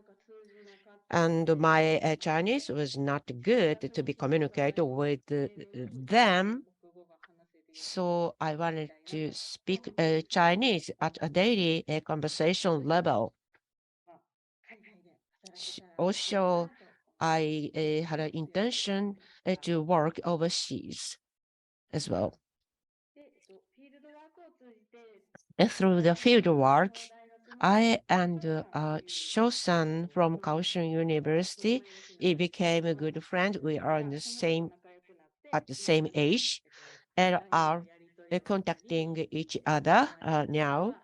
And when I visited Taiwan, we play together. So please look at the top picture, the right top. You can see Sho-san. And with Kaohsiung University student, and I are in the picture, the bottom right. In the field work, I learned. I was interested in religion of Taiwan, and I visited the temples with Sho-san. And after starting to work, still, I sometimes visit Taiwan temples in Taiwan. I stayed there for 30 minutes and I watched the activities of people in the local area, places. So when after starting to work, I couldn't have holidays, but summer holidays, winter holidays. So during before pandemic, I went to Taiwan for 2 or 3 weeks. And I tried to break the barrier, language barrier. I studied Chinese by using YouTube. And also, I used an interpretation application to communicate with Taiwanese. I teach Chinese to them, Japanese to them, and I learned Chinese from them. So I am still learning Chinese. And Sho-san and other friends that we still have the interchange by using language application, interpretation application. So these pictures are taken when I visited Taiwan alone. So my favorite menus are shown: noodle fan, a pineapple cake, and Taiwan breakfast, dumpling, or chicken. So I ate a lot. Here shows the pictures taken at the places that I visited, like a government journal of Taiwan or Taipei 101. And the top one is a picture taken in Kaohsiung. When I visited Kaohsiung, I took a bullet train or local train. So this is a picture that I met Sho-san again. I visited Taiwan many times, and I started to be able to help Japanese tourists to order menus. And when I found Japanese people with some difficulty, I tried to help them. And some person wanted to order tapioca milk tea, and I helped the person to order tapioca milk tea. This is my current job. So at the school for special needs, what I learned cannot be easily utilized. I feel like that. And when I started working, I was worried about the gap between what I wanted to do and my work, actual work. But so in seasonal events like a Christmas or mid-autumn festival or mother festival or father festival, so I introduced those events to children. And in the year when I was in charge of foreign language, in the preparation study of exchange with ALTs, I introduced the Chinese language. So actually, when I am in charge of LT, conversation with them is a must. In the past, when I talked with foreigners, I was nervous. But during learning foreign languages, I overcame the nervousness. Currently, so while I was appealing my enthusiasm for Taiwan, I became a kind of Taiwan icon. Talking about Taiwan, it's Nakamichi-san. So that's the image that everybody has about me. So, and I still continue to exchange with Taiwanese friends. And I want to increase Taiwanese friend even more and to brush up my Chinese to be able to live in Taiwan without language problem. I want to improve my language. And I want to give international contribution as an educator. I want to work as a JICA overseas volunteer in Japanese schools. So although the probability to be dispatched to Taiwan is low, still in any countries, I want to feel the culture there. And also to my Taiwanese friend, I said, I'm working at a special needs school. She said, that you are great to me. According to the culture of each country, people's idea about disorder or people for special needs are different. So I am now interested in special needs schools overseas, including education.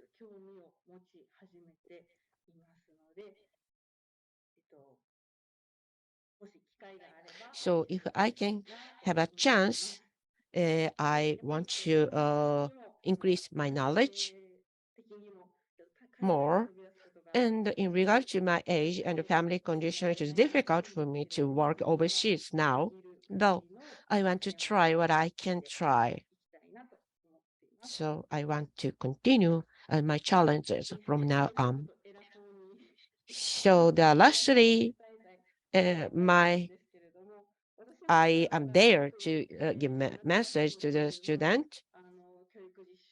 So after completing the educational training, I went to Taiwan. So I didn't have enough time to have another chance to learn more. So if you have some interest in studying overseas, please do it now. When you start working, it's difficult for you to take holidays. And once you started working, it is difficult to take a long vacation. And when your position is higher, it is even more difficult to go overseas. You may hesitate to apply for the holidays. So please do it whenever you are interested in learning overseas or ever you are interested in. Thank you very much for your attention. That's all from me.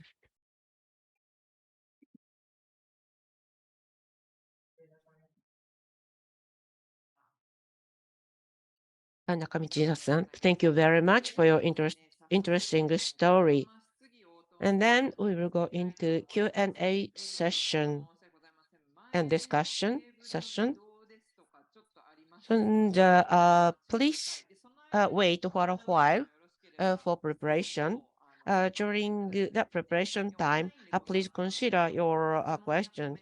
And for those who participate online, please write your questions or comments via chat box. English, Japanese, both are okay. So when you describe your questions or methods, please make sure that your destination to be all.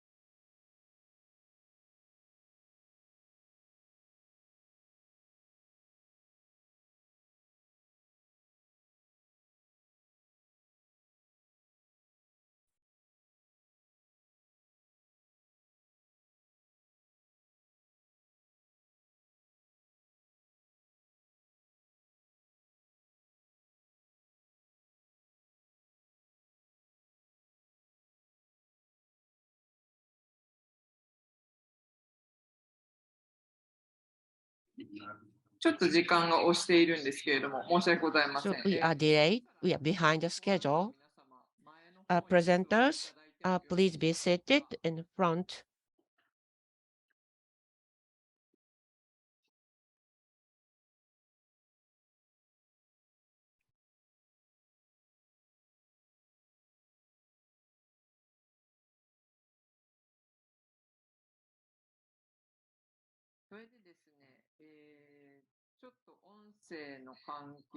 So because of the adjustment of the sound, presenters and the people on the floor, please speak to the iPad which was provided. Please cooperate.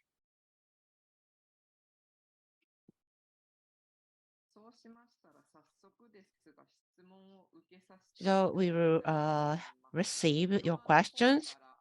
Now, from the floor, do you have any questions?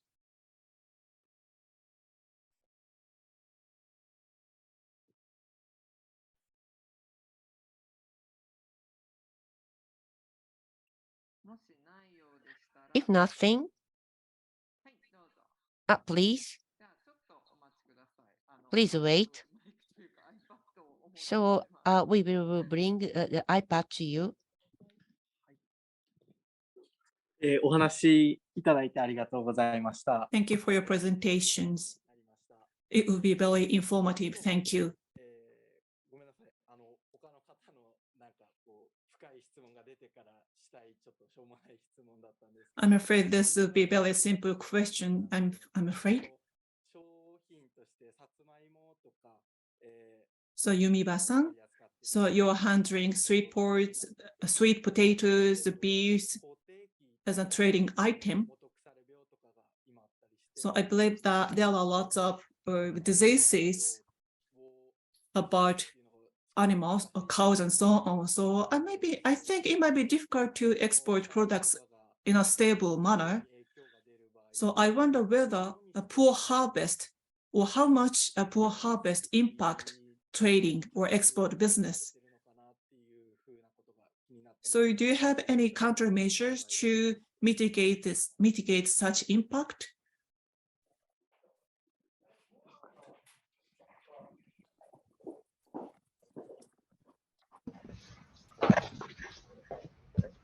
はい、ありがとうございます。 Thank you for your question. そうですね。まずさつまいもの無毒され病ですけども。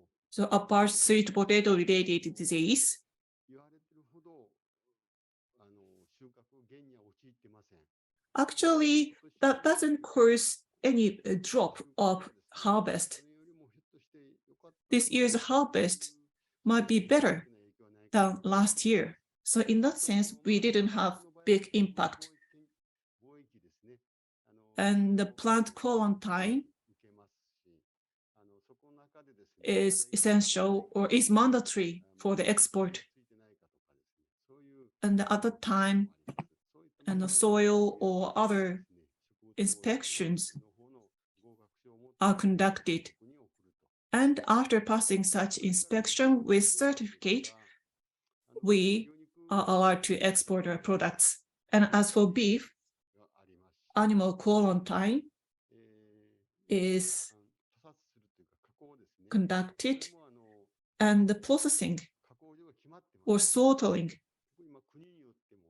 are conducted in a designated factory. And also each country has its own rule. And when it comes to slaughtering factory or processing country of beef, Kagoshima is #1 in Japan. And Kagoshima has the longest history. A5. So beef has its rank from starting from A1 to A5, and A5 is the highest quality one. And in order to increase the export of A5, we focus on, or many companies focus on A5 rank. But recently, there is a tendency that people also favor the red meat and so on. And as for beef, US beef and Australian Wagyu are available, and they are very cheaper than that of Japanese, Malaysia, Singapore.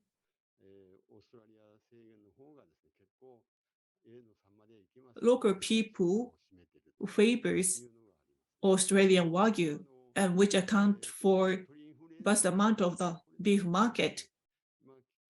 And bird flu affects the export of chicken eggs. And it might be difficult for us to export chicken eggs from Kagoshima to abroad. So based on the past experiences, we are facing the difficult situation in terms of this export business, this kind of export business.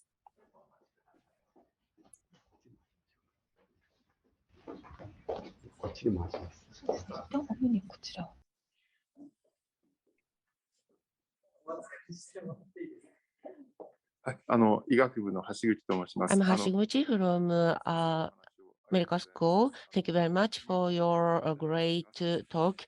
I was greatly encouraged. So there are several questions. This question is to Mr. Nakamichi. So Nakamichi-san, so the input, you said that there are different ideas for people for special needs. So the situations are different in each country, and I experienced the same thing. For example, when I talk with a patient with difficulty in their foot or legs, when this person said that when he go to the official facility, the person is treated as a handicapped person always. But in Norwegian countries or the North West European countries, so when the people get bus, the only at that time point they are treated as a handicapped. But other than that, not. The situation is different. So the person I talked with said that normally the person didn't have any problem. So only when needed the help should be given and treated as a handicapped person. So the Nakamichi-san said that the situation is different as far as the how the people regard the handicapped people. The situation is different in each country. What is your actual experience? So the difference that I felt is that when I talked with a Taiwanese friend, the handicapped people did something bad in their previous life. So, but in Japan, we don't have such a thinking way. Maybe this may be only me, but the idea was very new to me. So when I heard the opinion, maybe the opinions or the image of the people for special needs or handicapped people may be different in each country. Actually, she was a branchier of the JICA overseas corporation.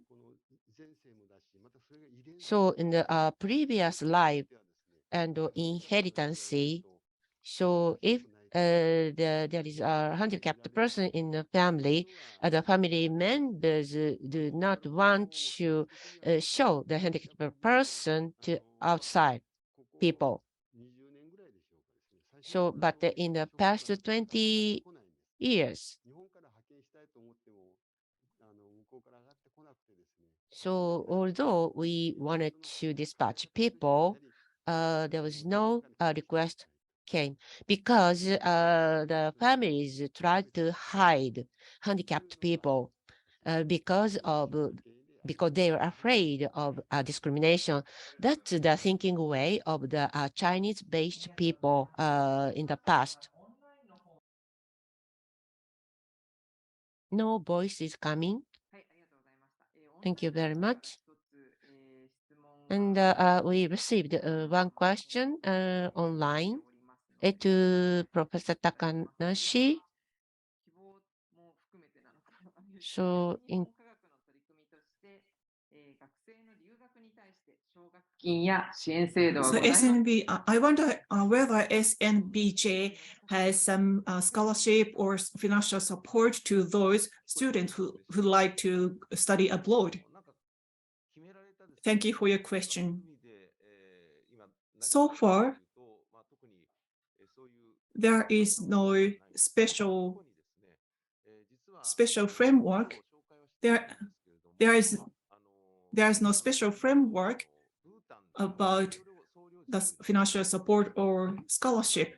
So actually, a person, we had a communication opportunity to talk with the people in Bhutan. In Bhutan, there is a very famous person who made a big contribution there, and the person had a title, official title there. And that's why local people are very attentive and have affinity to Japanese people. And then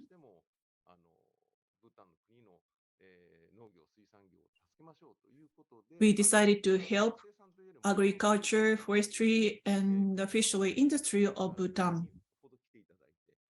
And we invited 2 people from there to the University of Kagoshima, and finally they did doctor's degrees in the university and before returning to their country. And they contribute to the local industry. I'm afraid there is no specific mechanism or for financial support to those who like to study overseas. But if you contact us, if you're lucky enough, you might receive some kind of support or anything. Thank you for your question. Thank you for your answer. One more thing from online. 主に新日本科学の to SNBC. So this is a comment. In the borderless world, active cooperation at Kagoshima for people were taught by Mr. Takanashi. So the expression of people is impressive to me. So in Japan, we try to improve education. Also for the higher education, human resources, the word human resources is used, but it is just like a material. So the people have to be regarded as they are very important, the existence. So I am from the kindergarten educational field. So it's the time to revere people. So the mission or I talked about the missions, but based on the medical field. But recently, I believe that I should be happy. You should be happy. We have to create a society where everybody is happy. So this is a recent mission for our company right now. And I talked about the stakeholders in my presentation, but all the people have to help each other. So everybody has to be happy. That's our mission right now. So the latest policy of our company. Thank you very much. Other questions or comments? Nakatani Sensei, please.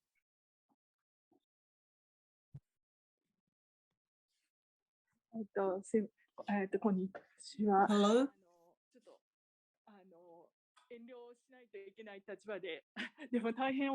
So maybe I should hesitate from asking, but I'd like to make a question.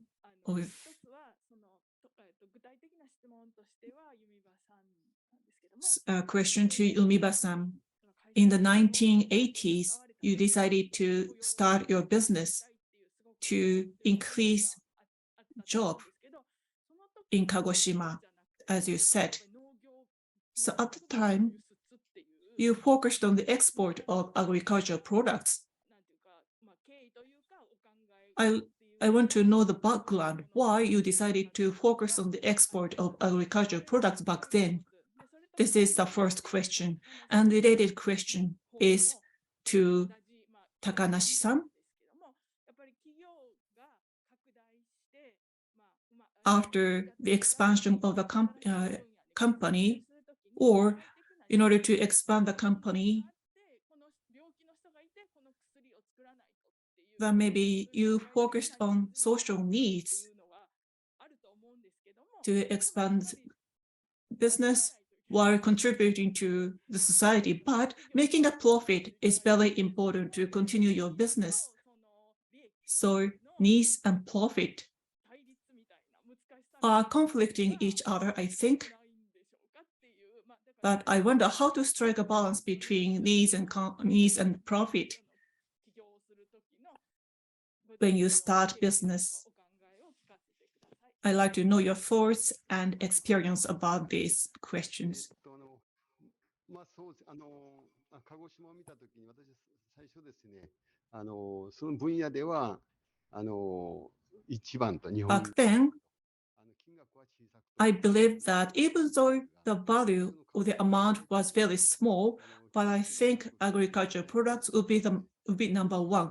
And when I returned to Japan, I didn't have any knowledge and experience about trading. And I was wondering what would be the strongest part of Kagoshima, and at that time, agriculture. That's why I decided to focus on agriculture products. Of course, back then there was no internet available, so I contacted JETRO, Export and Trading Organization, and searched directory. And I found a word bamboo. And I decided to write a letter to the company. This company. Actually, I sent a letter to about over 100 companies to see their interest, but almost all the companies said no. We didn't have any interest. While by repeating such correspondence, I narrowed down my focus while gaining our knowledge and experiences. So firstly, as for the profits, the balance is necessary, but so in the CEO, of course, IPO, the company is listed, and we have to consider about the return to the shareholders. It's the idea of the U.S. Investment world, and we have NPO and NPO of the schools and Bhutan consular related to business.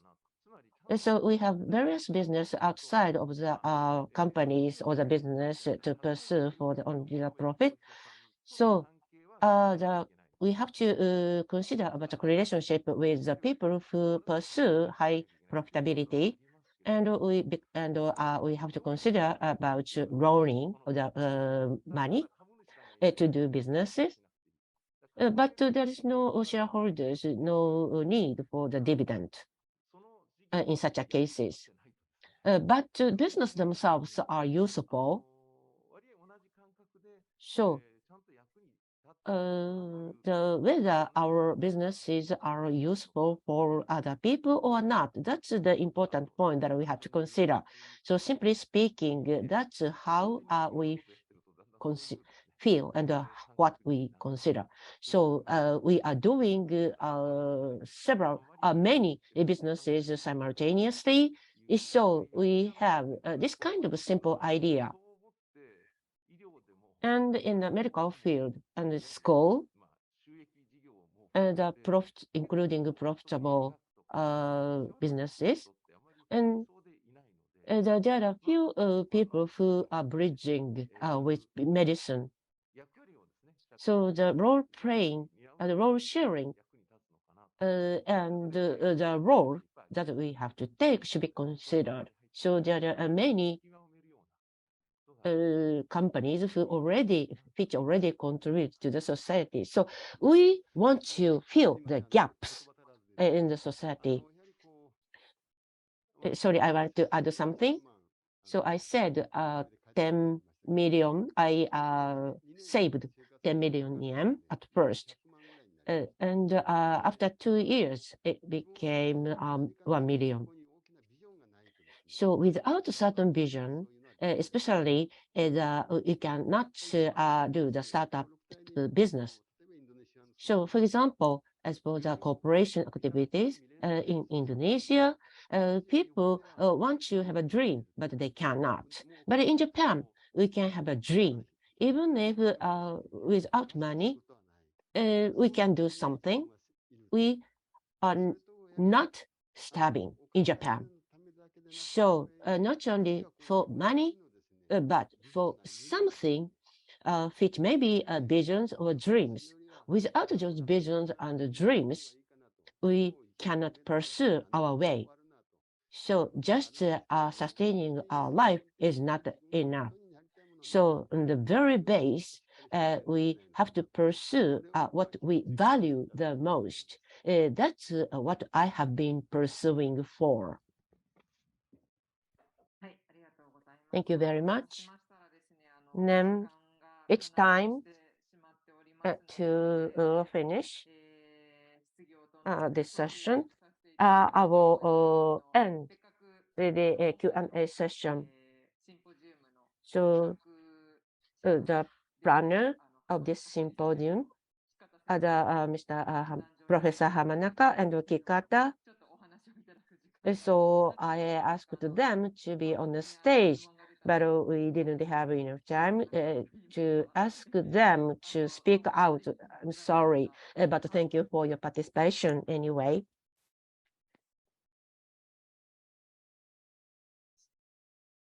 Please give them a big round of applause. And then lastly, the Unedaya advisory to the president.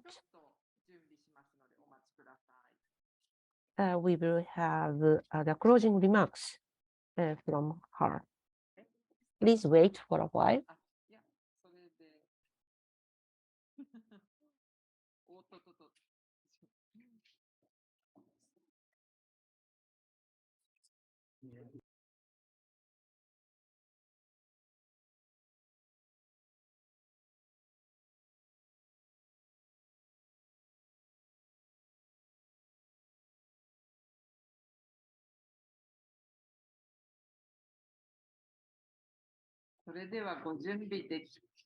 Are you ready? If you are, please start.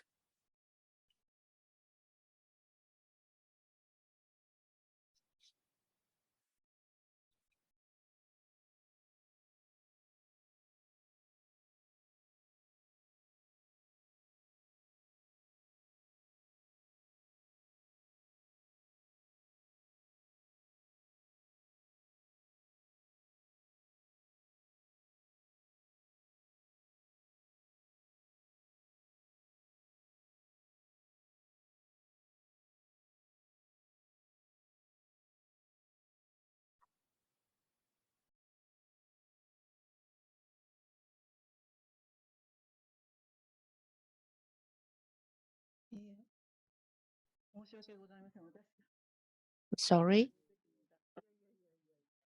Now there is a technical problem. So please restart. I'm sorry. I'd like to extend my appreciation for your attendance today to you. So this is our first time hybrid meeting, and I'm sorry for your inconvenience because of the technical problems, including the microphones or voice adjustment. And Mr. Takanishi and Yumibashi, Intern-san and Nakamichi-san, thank you very much for your precious talks, especially Mr. Takanishi and Mr. Yumiba. So we learned the actual situation in businesses. So that they create something out of nothing. We heard the very concrete activities from them, which stimulated us.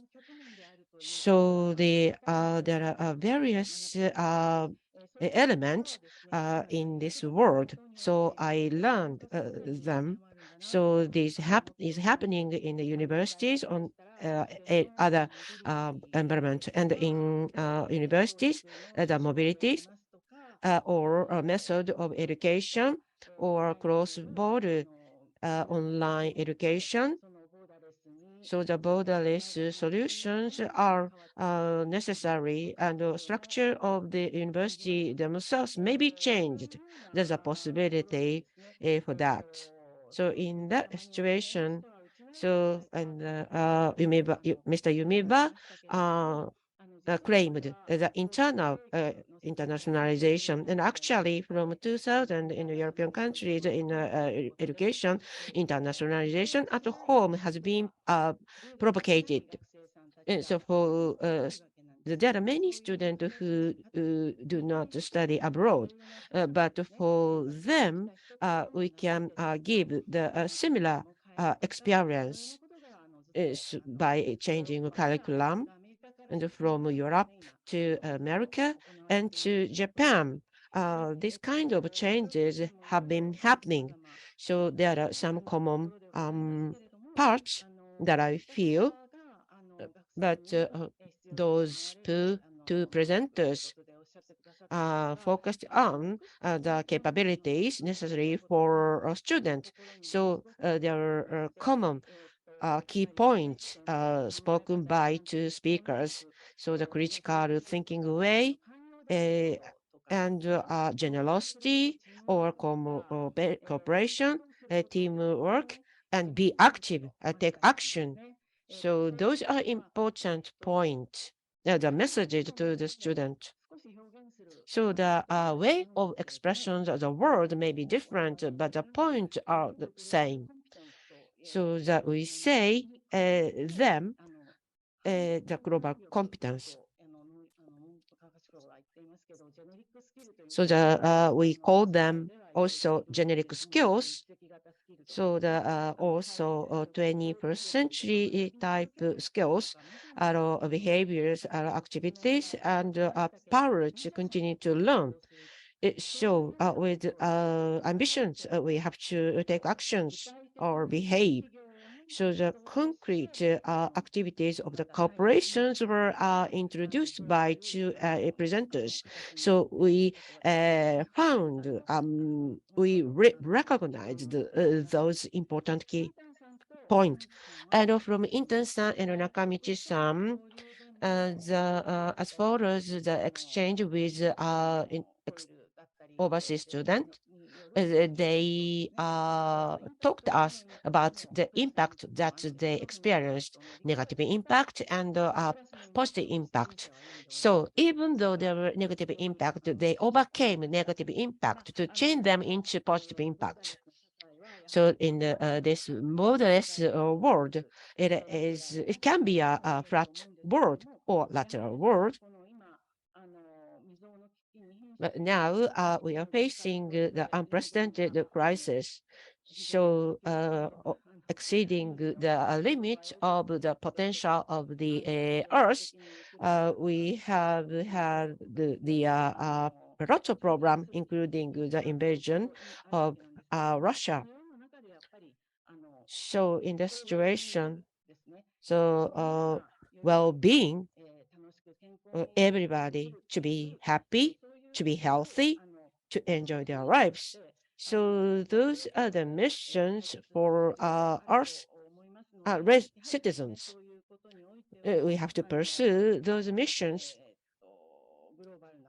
So in this global situation, in the borderless society, we have to adapt ourselves. And we have to nurture the talent. So that's my finding in this symposium. So that in this small symposium, if this small symposium can be for us at the turning point of human history and trigger to think about the power of local global communities and the potential. This is my hope for the future. Again, let me extend my hearty gratitude to today's speakers and audience. Thank you very much.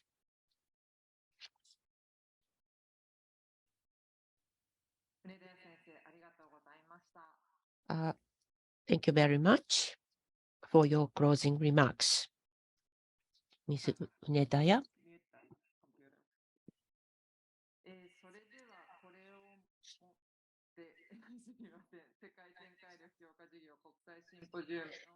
Now we are closing the first part of Inter-University Exchange Project, International Symposium 2022.